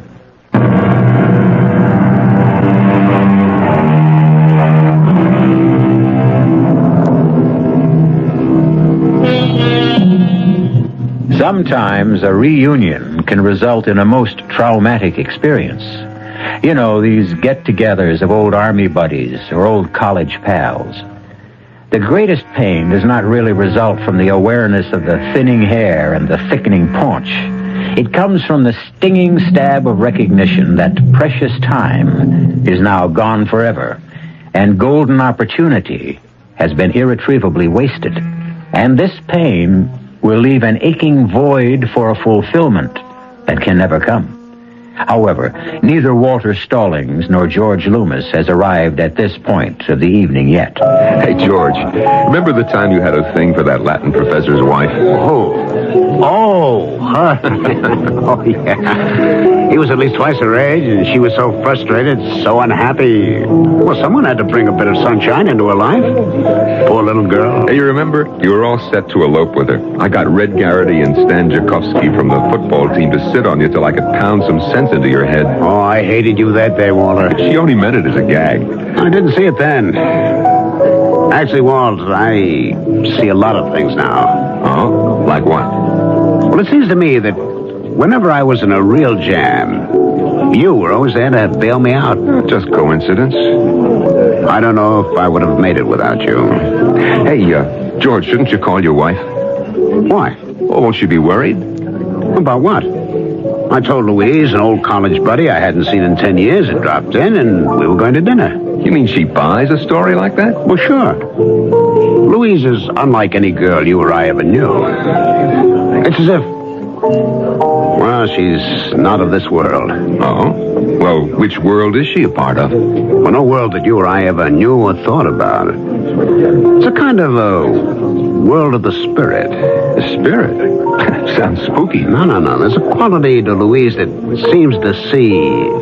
It seems to sense things that are unsaid, unknown. Oh, is that so? Oh, yeah. I think you'd be a shock to the system. New subject. George, why do you think I called you today? You happen to be in town. No. I didn't happen to be in town. I came to see you. I heard that you were with Tricon Chemical. Yeah, I'm just about hanging in there. Yes, but you are head of special research projects. Today. Tomorrow I may be out on my ear. Because you can't come up with an ore reduction process. How did you know? Everybody knows. Here, Tricon's sitting on the world's biggest known ore deposit, and you can't figure a profitable way to bring it up. And that, Walter, may cost me my job. Now, all is not lost, old buddy. Back in college, you remember Professor Pelham? Pelham? Yeah. He was the great authority on the reduction of non-ferrous metallic ores, and I was his star pupil. Oh, Pelham, of course. I remember that paper you wrote. The theory was absolutely sound, but the technique was ahead of its time. But the technology exists today. It can be done. Hey, Walter, I have this feeling you're going to save me again. I have the paper right here. Are you interested? Am I interested? Is a drowning man interested in a life preserver? And look, Walter, there's a fortune in it for you. No, I don't care about the money so much. I'll tell you what I need. Well, anything, Walter, anything. If this can work out, you're going to be a rich man. I need the credit. Hey, George, let's call it the Stallings-Loomis process. But I didn't do anything to... But you will. You'll have to make certain refinements to adapt it to your particular situation. Yeah. I have the feeling. I just have the feeling I'm saved. First thing in the morning, I'll get an agreement drawn up. Oh, come on, George. Two old buddies like you and me, a handshake's enough. Share and share alike. Is it a deal, George? It's a deal.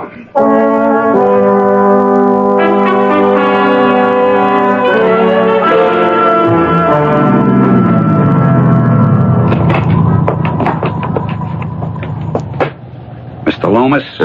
George Loomis? Who are you? Call me, Mr. Even. Even? Yeah. It's because of what I do. Well, what do you do?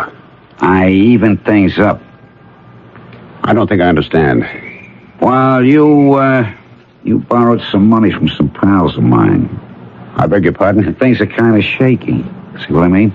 I'm afraid Come on, it's late at night. You want to get home, I want to go home. So these pals of mine naturally eats a lot of dough when they feel consigned. I'll repay the money. These pals of mine, they keep an ear to the ground. They hear things. They hear you may be losing your job. Well, that's ridiculous. Well, that's not for me to say. My pals just want you to know that the dough has got to come through on time, one way or another. Well, you tell your friends that there's nothing to worry about. Not anymore.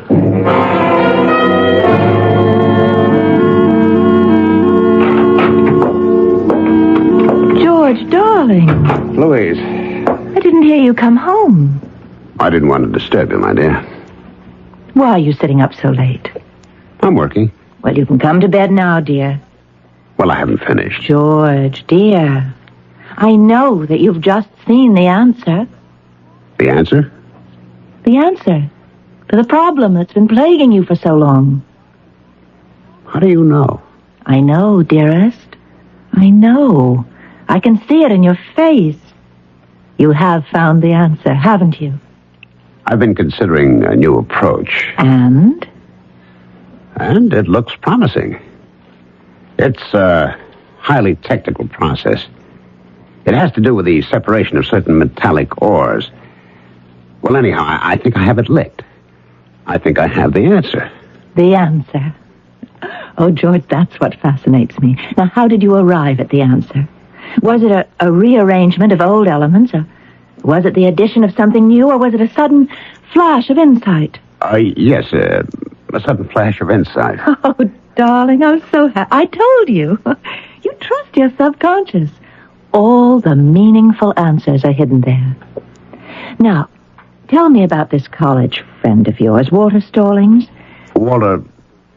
Well, I would have been glad to join you for dinner. Oh, I know, dear. After all, old friends have a certain precious quality. We weren't exactly old friends. Oh? I thought you said that he was... Well, we were acquaintances, really. Nothing more.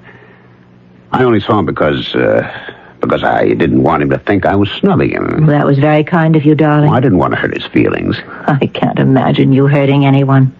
It killed an evening. I suppose such things can't be helped.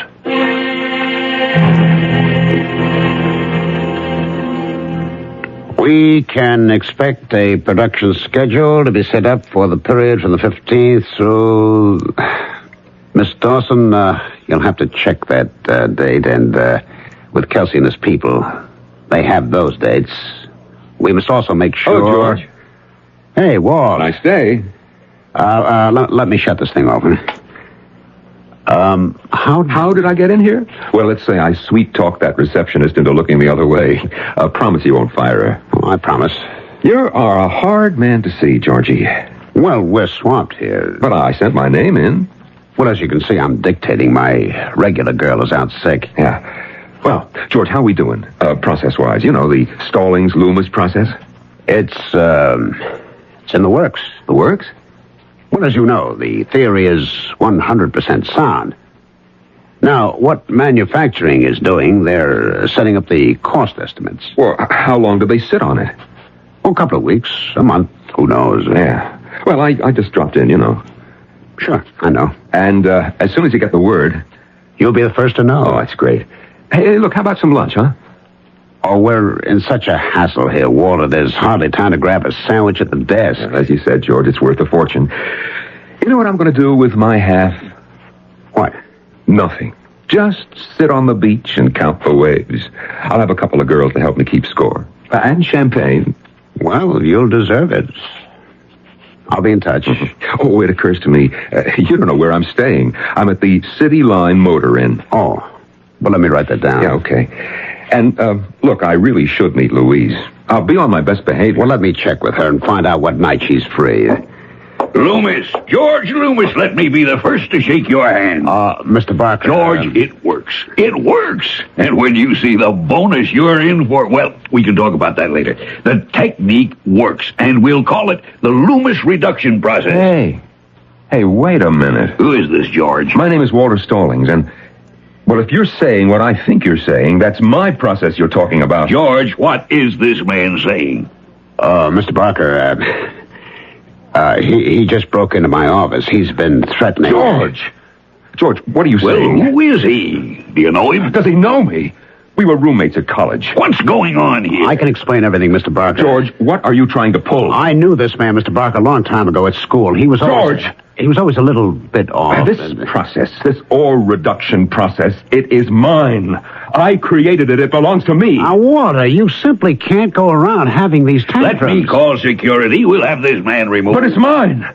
It belongs to me. I discovered it more than 10 years ago. Sure. Now, Walter, you go home, rest. You'll feel better tomorrow. George, what are you trying to do to me? Look here, whoever you are, whatever your name is, you'd better leave now, peacefully and quietly, or I can promise you'll see the inside of a prison cell. Who do you think you're talking to, you fat old walrus? Walter. And you, too. You steal my process, and you think you can throw me in jail. All right, Walter, that's enough. You thief. Now, take it easy, Let's Walter. call the police. Sure, let's call the police, and let's give them a good reason for coming. Oh, hey. And now, for you, fatty. Back to you, George.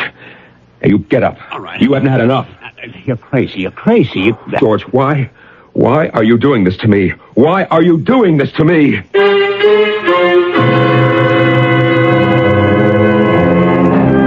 Why?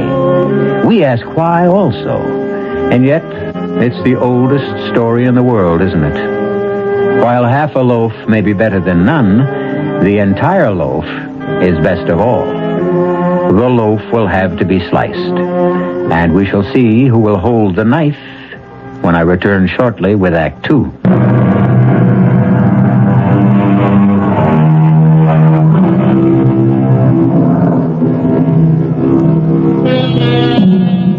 In a general way, one should have faith in humanity and trust in one's friends. It's when we leave generalities and come down to specifics that the rub comes in. Walter Stallings trusted George Loomis, and when the dust had settled, George had stolen Walter's valuable industrial process, and Walter was jailed for disorderly conduct when he protested such shabby treatment. Is there no justice? It all depends on what justice really is. More coffee, darling? Half a cup, maybe. I should be leaving for the office. George, what's this in the newspaper? What? Where, dear? Darling, it mentions your name. Chemical company executives in brawl? Oh, that, I should have looked at the paper and set that thing out. Why? What is this? Well, I know how upsetting things like this can be to you. What does this mean? It means, darling, that people in Mr. Barker's position, my position, can often be at the mercy of every nut, every crank that comes down the pike. Yes, I don't understand. It says that you stole that process from Walter Stallings. No, dear, it doesn't say that.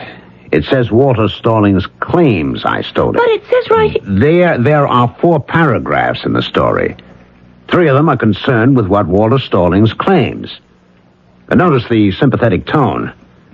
The 4th paragraph is a brief couple of sentences in which our company denies all of his allegations. That's because he's just one man and we are a mammoth corporation, and the public will sympathize with the underdog. But what are the facts, dear? I mean, you did meet with Walter, that's at 10 days or 2 weeks ago. Of course. Well, what happened? We chatted. Was the process mentioned? Well... And did it have anything to do with the meeting you had with Walter? Yes, we were just sitting around trying to make talk. But did you talk about the process? Well, let me tell you how. He said to me, I hear your company's having trouble trying to reduce some ores. And I said, yes. And he said, I'll bet you don't remember. And I said, remember what? And he said, oh, you did a pretty good paper on that back in college. And suddenly... Yes, dear? Well, suddenly it all came back to me. Just like that. What did? A theoretical problem I'd once solved in an exam. Isn't it remarkable, darling, how quickly we forget so many of the basics? And that's the process that he's talking about. Yes, dear, that's the process. But why should he claim that... Oh, well, darling, he's a peculiar person. He always was. We were at school together. I got somewhere he didn't. Well, I think it's awful. Well, look, I'll tell you what I'll do. After he cools down, after a couple of days in jail, I'll put up his bond. George, that would be so kind of you. And I tell you, I think ethically he's entitled to something. Oh, I'm so happy you feel that way. I admit I was stumped up against it. He did contribute something. He reminded me that I had the answer. In that sense, he helped me find it. And in that sense, morally, he's entitled to a finder's fee. When I get the bonus, I'll give him a few $1,000s. Oh, George, I love you so much.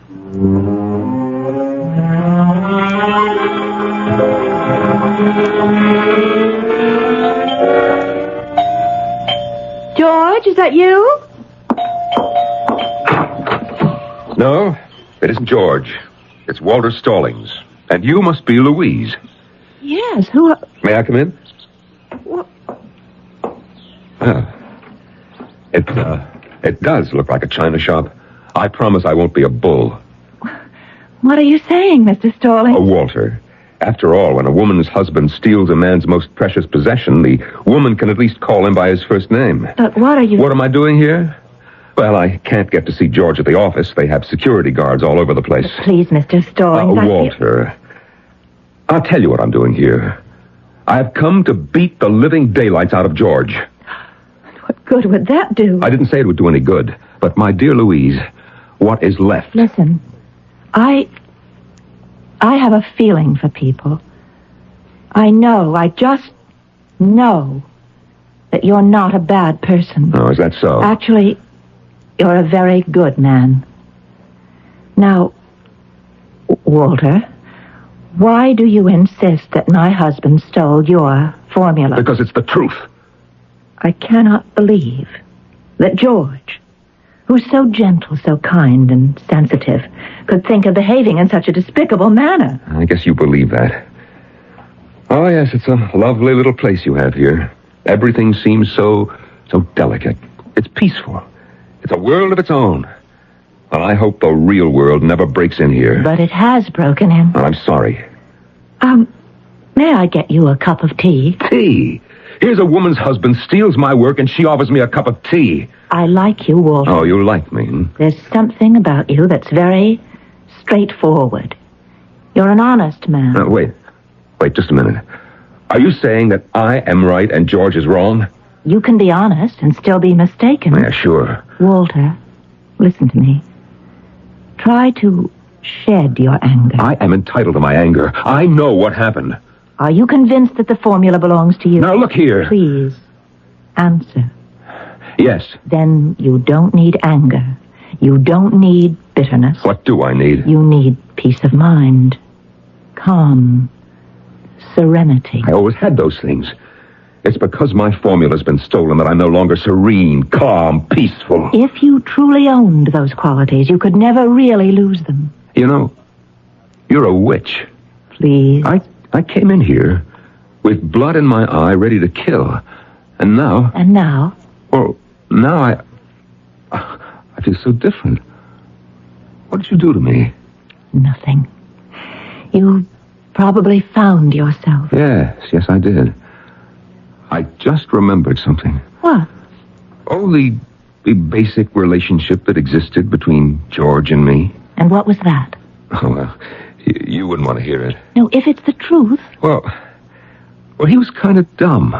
I was always getting him out of jams. That's how you saw it. This is typical of the stupid things he's always done. You're not supposed to be angry, remember? Oh, I'm not angry. I bear him no malice. It's his way, and he can't help it. Why did I blow my stack? Oh, wait a minute. Good Lord, I have my proof. You mean what appears to be proof? Pelham. Professor Pelham. Who? My old metallurgy prof. He's an internationally respected authority. He'd remember. I'm sorry, Louise. For what? Well, you love George, and you helped me just now to come up with the evidence that can destroy him. No, Walter. The truth will never destroy anybody.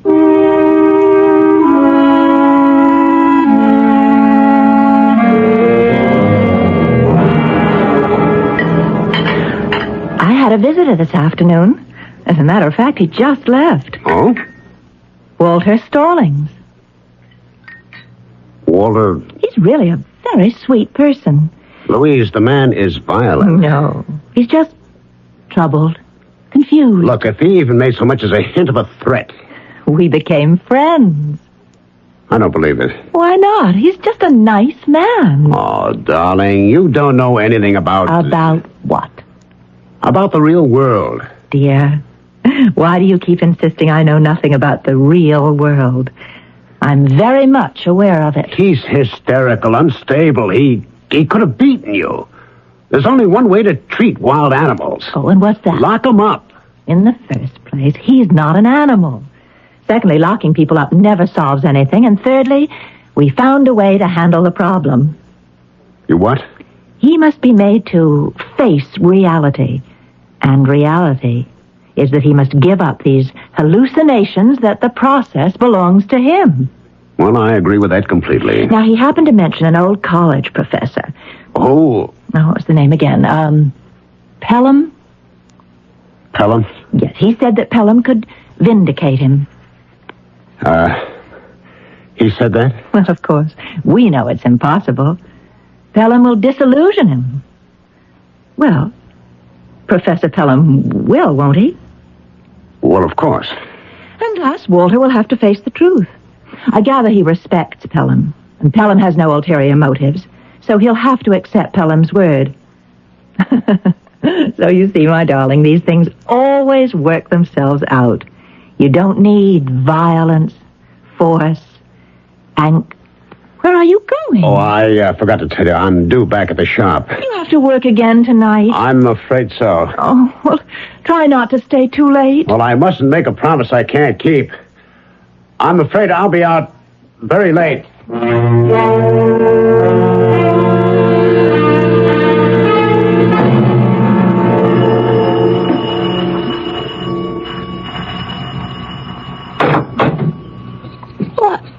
What? It's Mr. Starling. Good morning, Maudie. You're more beautiful than ever. Oh, how I longed for you all these years. You're still full of your own nonsense. Can I have a cup of coffee with the professor? What? Yeah, the professor. He ain't in. Oh? He's, gone to one of them, a conference. Where? One of them foreign countries. Really? Yes, he'll be gone a while because he'll go on a sabbatical. Maudie, why are you lying? Oh, honest, Mr. Starling. You don't know how to lie, Maudie. You make a horrible mess of it. Now, you tell the professor that I'm here. But he... Yes? Oh, he's in his study. Thank you, Maudie. Come in. Hello, Professor. Why, it's, Walter Stallings. Walter. Sit. Find a chair. Now, what's this bit you're not in? I'm trying to write my book. Same book? Same book. It's good to see you, Walter. Professor, you are going to save my life. Do you remember a paper I wrote for you, 10, 11 years ago? It's going back a long time ago. Yeah, but you said that you'd never forget that paper. I did? Yes, it was all about new methods of reduction of non-ferrous metals. Walter, the years come and go. But you were so taken with it. You kept the original, and I had to make a copy for my own files. Walter, if I kept copies of all the papers my students wrote, my home would be a warehouse. But Professor, you wrote such glowing praise on practically every page. I'm sorry, I just can't recall it. Look, I brought the idea in that paper to George Loomis. You recall him, the class dummy? I don't see... Well, believe it or not, he is head of research at Tricon Chemical, and, well, he stole the process from me. Oh, I can hardly believe this. I guess he came down here to buy you off, huh? What? How dare you? How much did he offer you? I don't know what you're talking about. Yeah, well, I hope that your conscience... Walter, I really don't remember. Yes, George was here. He offered me a consultantship at Tricon, and... I'm getting very old, and I never made any real money. Yeah, sure. And Walter, I really don't remember. I really don't remember. Good night, Professor. Mr. Starling. Yes, Maudie. Forgive him. He's getting senile. That man in there is not the same Professor Pelham you used to worship. I used to worship. I know, Maudie. I know. But what can be done? Oh, nobody can help me now. Don't say nobody. I can save you. And I can save him. How, Maudie? I've got the paper. What? The paper? My paper? That paper. He kept it for himself because he liked it so much. And then the other day he says to me, Maudie, burn this. Well, I couldn't understand. It just ain't like him. Oh, Maudie, how can I ever thank you? But why should you thank me? I'm only doing the right thing. Now I've got him. Now, Mr. George Loomis, look out.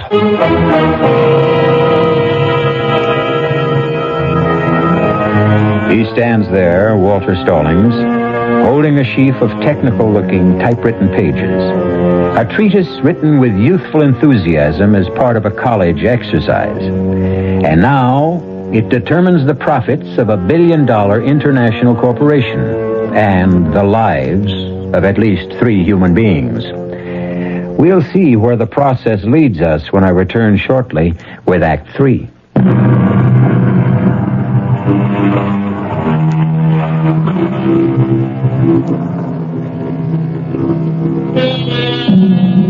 Somewhere, sometime, someone has surely given us the following advice. Always get it in writing. So much of the anguish of this world results because we fail to heed that advice. Walter Stallings had a problem because he didn't get an agreement from George Loomis in writing. However, luckily, miraculously, somehow, Walter has managed to come up with the most effective writing of all. Come in, George. Sit down. Yes, sir. George, we have a problem. Stallings is taking us to court. He hasn't a leg to stand on. Are you sure? He's a crank. It's one of those nuisance things. Are you sure? He has no proof. Nothing. Written? Oral? Absolutely none. Then we have to fight him. But something bothers me. What's that? I've had some research done on him. He seems to be a very competent man. He has a good reputation. What makes you think he can't win in court? Mr. Barker, he doesn't have a chance in the world. I hope so, George. For your sake.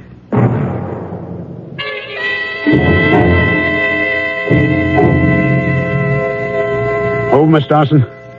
No. I won't see anyone. Just tell him I'm out of town. Hello. Now, look here, Mr. Mr. Even. You still owe my pal some money. Look, I received a promotion. I'm getting a bonus. Yeah, that was as of yesterday. But I am getting a bonus. Yeah, but today is a lawsuit. Oh. Yeah, oh. Well, what does it mean? Big corporations are constantly being sued. Regardless, if this guy wins... He can't win. If he wins, where would it leave you? Out of a job and broke. You see the position I'm in. As a starter, I'd have to bust your legs. Well, he can't. He what? Can he win? He has a chance. Okay. So now I know where we stand. I know what I gotta do. I may be wrong. He has to have no chance at all.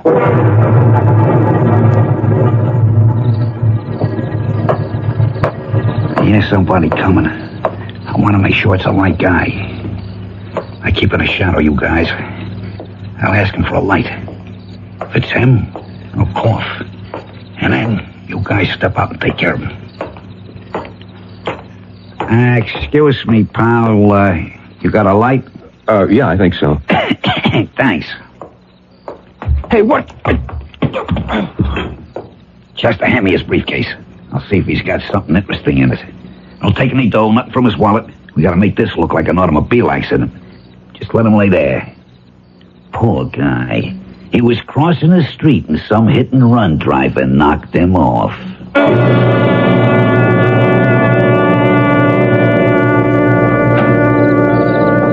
Mr. Stallings. Walter. Of course, Walter. Please, come in. Thank you. Walter? Yes? Is something the matter? Why do you ask? There's something about you that... Yes. I don't know. It's as if you're not really here. As if I'm... Imagining it? No. This isn't a dream or a delusion. I'm awake. And no, I'm awake. Look. Hold out your hand. I'd like to touch you. Walter, let me touch your hand. Walter? Walter? Where are you? Now, darling, it must have been an illusion of some sort. But I'm so positive. When did you say it happened? At exactly 9 o'clock. I was just about to listen to the news. Darling, here is why he couldn't have been here. George, why do you insist? Because at 7 o'clock he was found by a police car. What? A hit-and-run driver. Oh, no. He was taken to the hospital. He was... Dead? Almost. He's in a coma. He's not expected to live. But he was here. No, darling. I saw him. We spoke. Darling, it's your imagination. I'll go to him. I'll go to the hospital. You can't. How would it look? It would look like what it is, a visit from a friend.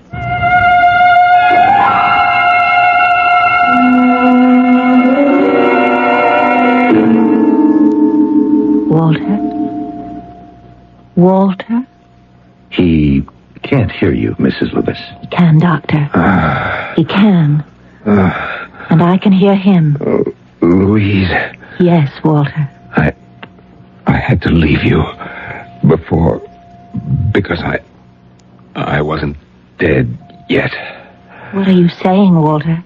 Mrs. Loomis, he isn't saying anything. Louise, I have to see George. When I'm dead, he mustn't worry. I'll still help him. Of course. You'll help George. I've always helped him. I'll still help him after I'm dead. Walter. Oh, Walter. Mrs. Loomis, you must leave now. After I'm dead, I'll come back for George. Mrs. Loomis. Yes. Goodbye, Walter. Goodbye for now. Doctor. I'm sorry, but there isn't a chance in the world. He can hang on for minutes, days, but we can't save him. But I was just talking to him. You heard. I heard nothing. He wasn't saying anything. But I heard him. I heard him. Mrs. Loomis, it's just your imagination.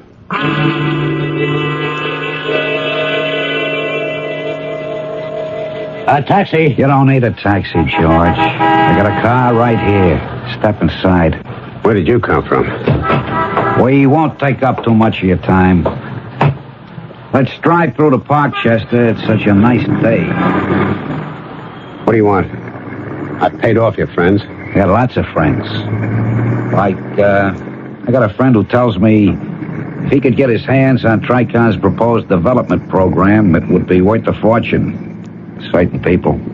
I dare say it would, but I have no use for espionage of any kind. When can you let me have the plans? I don't think you hear me. You're the one who don't understand. Isn't listening. You give me some papers. They describe that ore process. Nobody else knows but the two of us. You can't keep asking me to do anything like that. You can't. Now, sooner or later, I have to be caught. You know what that is, Georgie? That's life.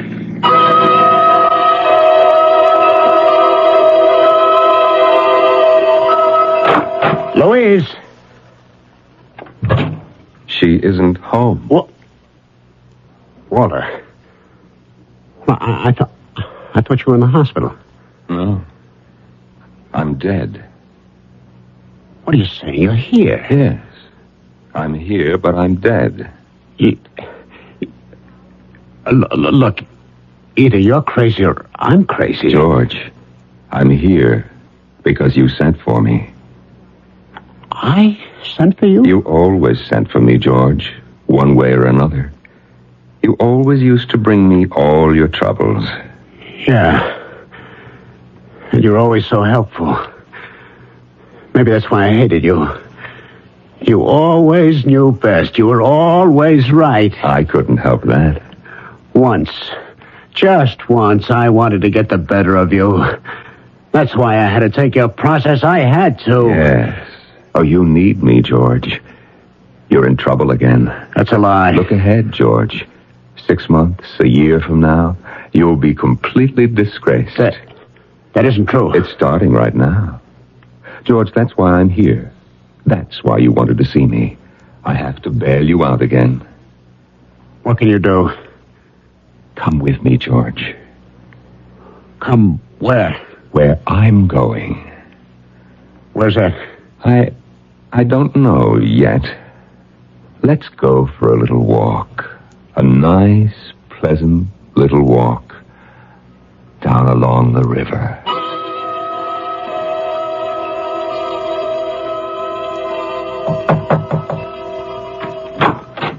Mr. Barker. May I come in, Louise? Please do.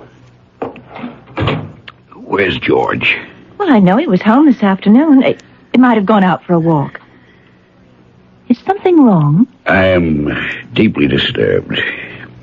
Is it possible that George and this Walter Stallings are in cahoots? Is it a plot to hold up the company, a big shakedown? Oh, how could you possibly suspect, George? I was driving down Garfield Boulevard and I saw them. It was just a half hour ago. Saw whom? George and this Walter Stallings. But you couldn't have. They were walking down the street together. You saw it? Like two long-lost friends. Are you sure? Look, young lady, I never make a mistake. I know what I saw. But Walter Stallings is in the hospital in a coma.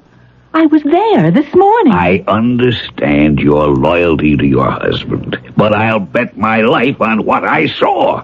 By the time I could turn my car around, they disappeared somewhere down River Street. Oh, excuse me. Do you mind if I answer that, Mrs. Loomis? If that's George, I want to confront him without your... Certainly, Mr. Barker. Hello? Is Mrs. Loomis there? Who's calling? This is Dr. Coleman. You can tell me first. Walter Stallings is dead. What? We did all we could. He died an hour ago. But I just saw him on Garfield Boulevard. Oh no, sir. You were mistaken. Will you tell Mrs. Loomis? Yes. Yes. I'll tell Mrs. Loomis. Walter Stallings is dead, isn't he? I guess I was mistaken. I understand, Mr. Barker. Funny. But I did see him. I promise you won't say anything to George when you see him. I promise. I won't say anything to George. If I see him.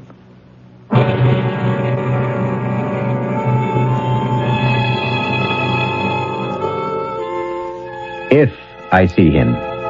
At that point, she knew what you and I have already suspected, that she wouldn't see George again. She wasn't really surprised when George's body was found in the river a few days later. She knew it was necessary for Walter to help George once again. And for better or worse, that was the way it had to be. I'll be back for better in a few moments.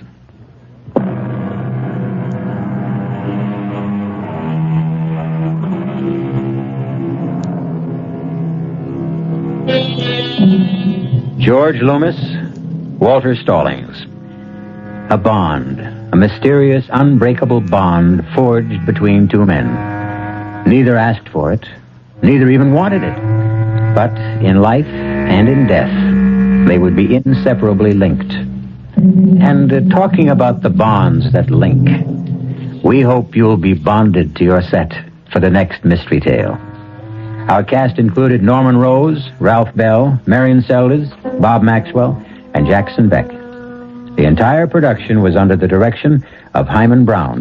This is E.G. Marshall inviting you to return to our Mystery Theater for another adventure in the macabre. Until next time, pleasant dreams.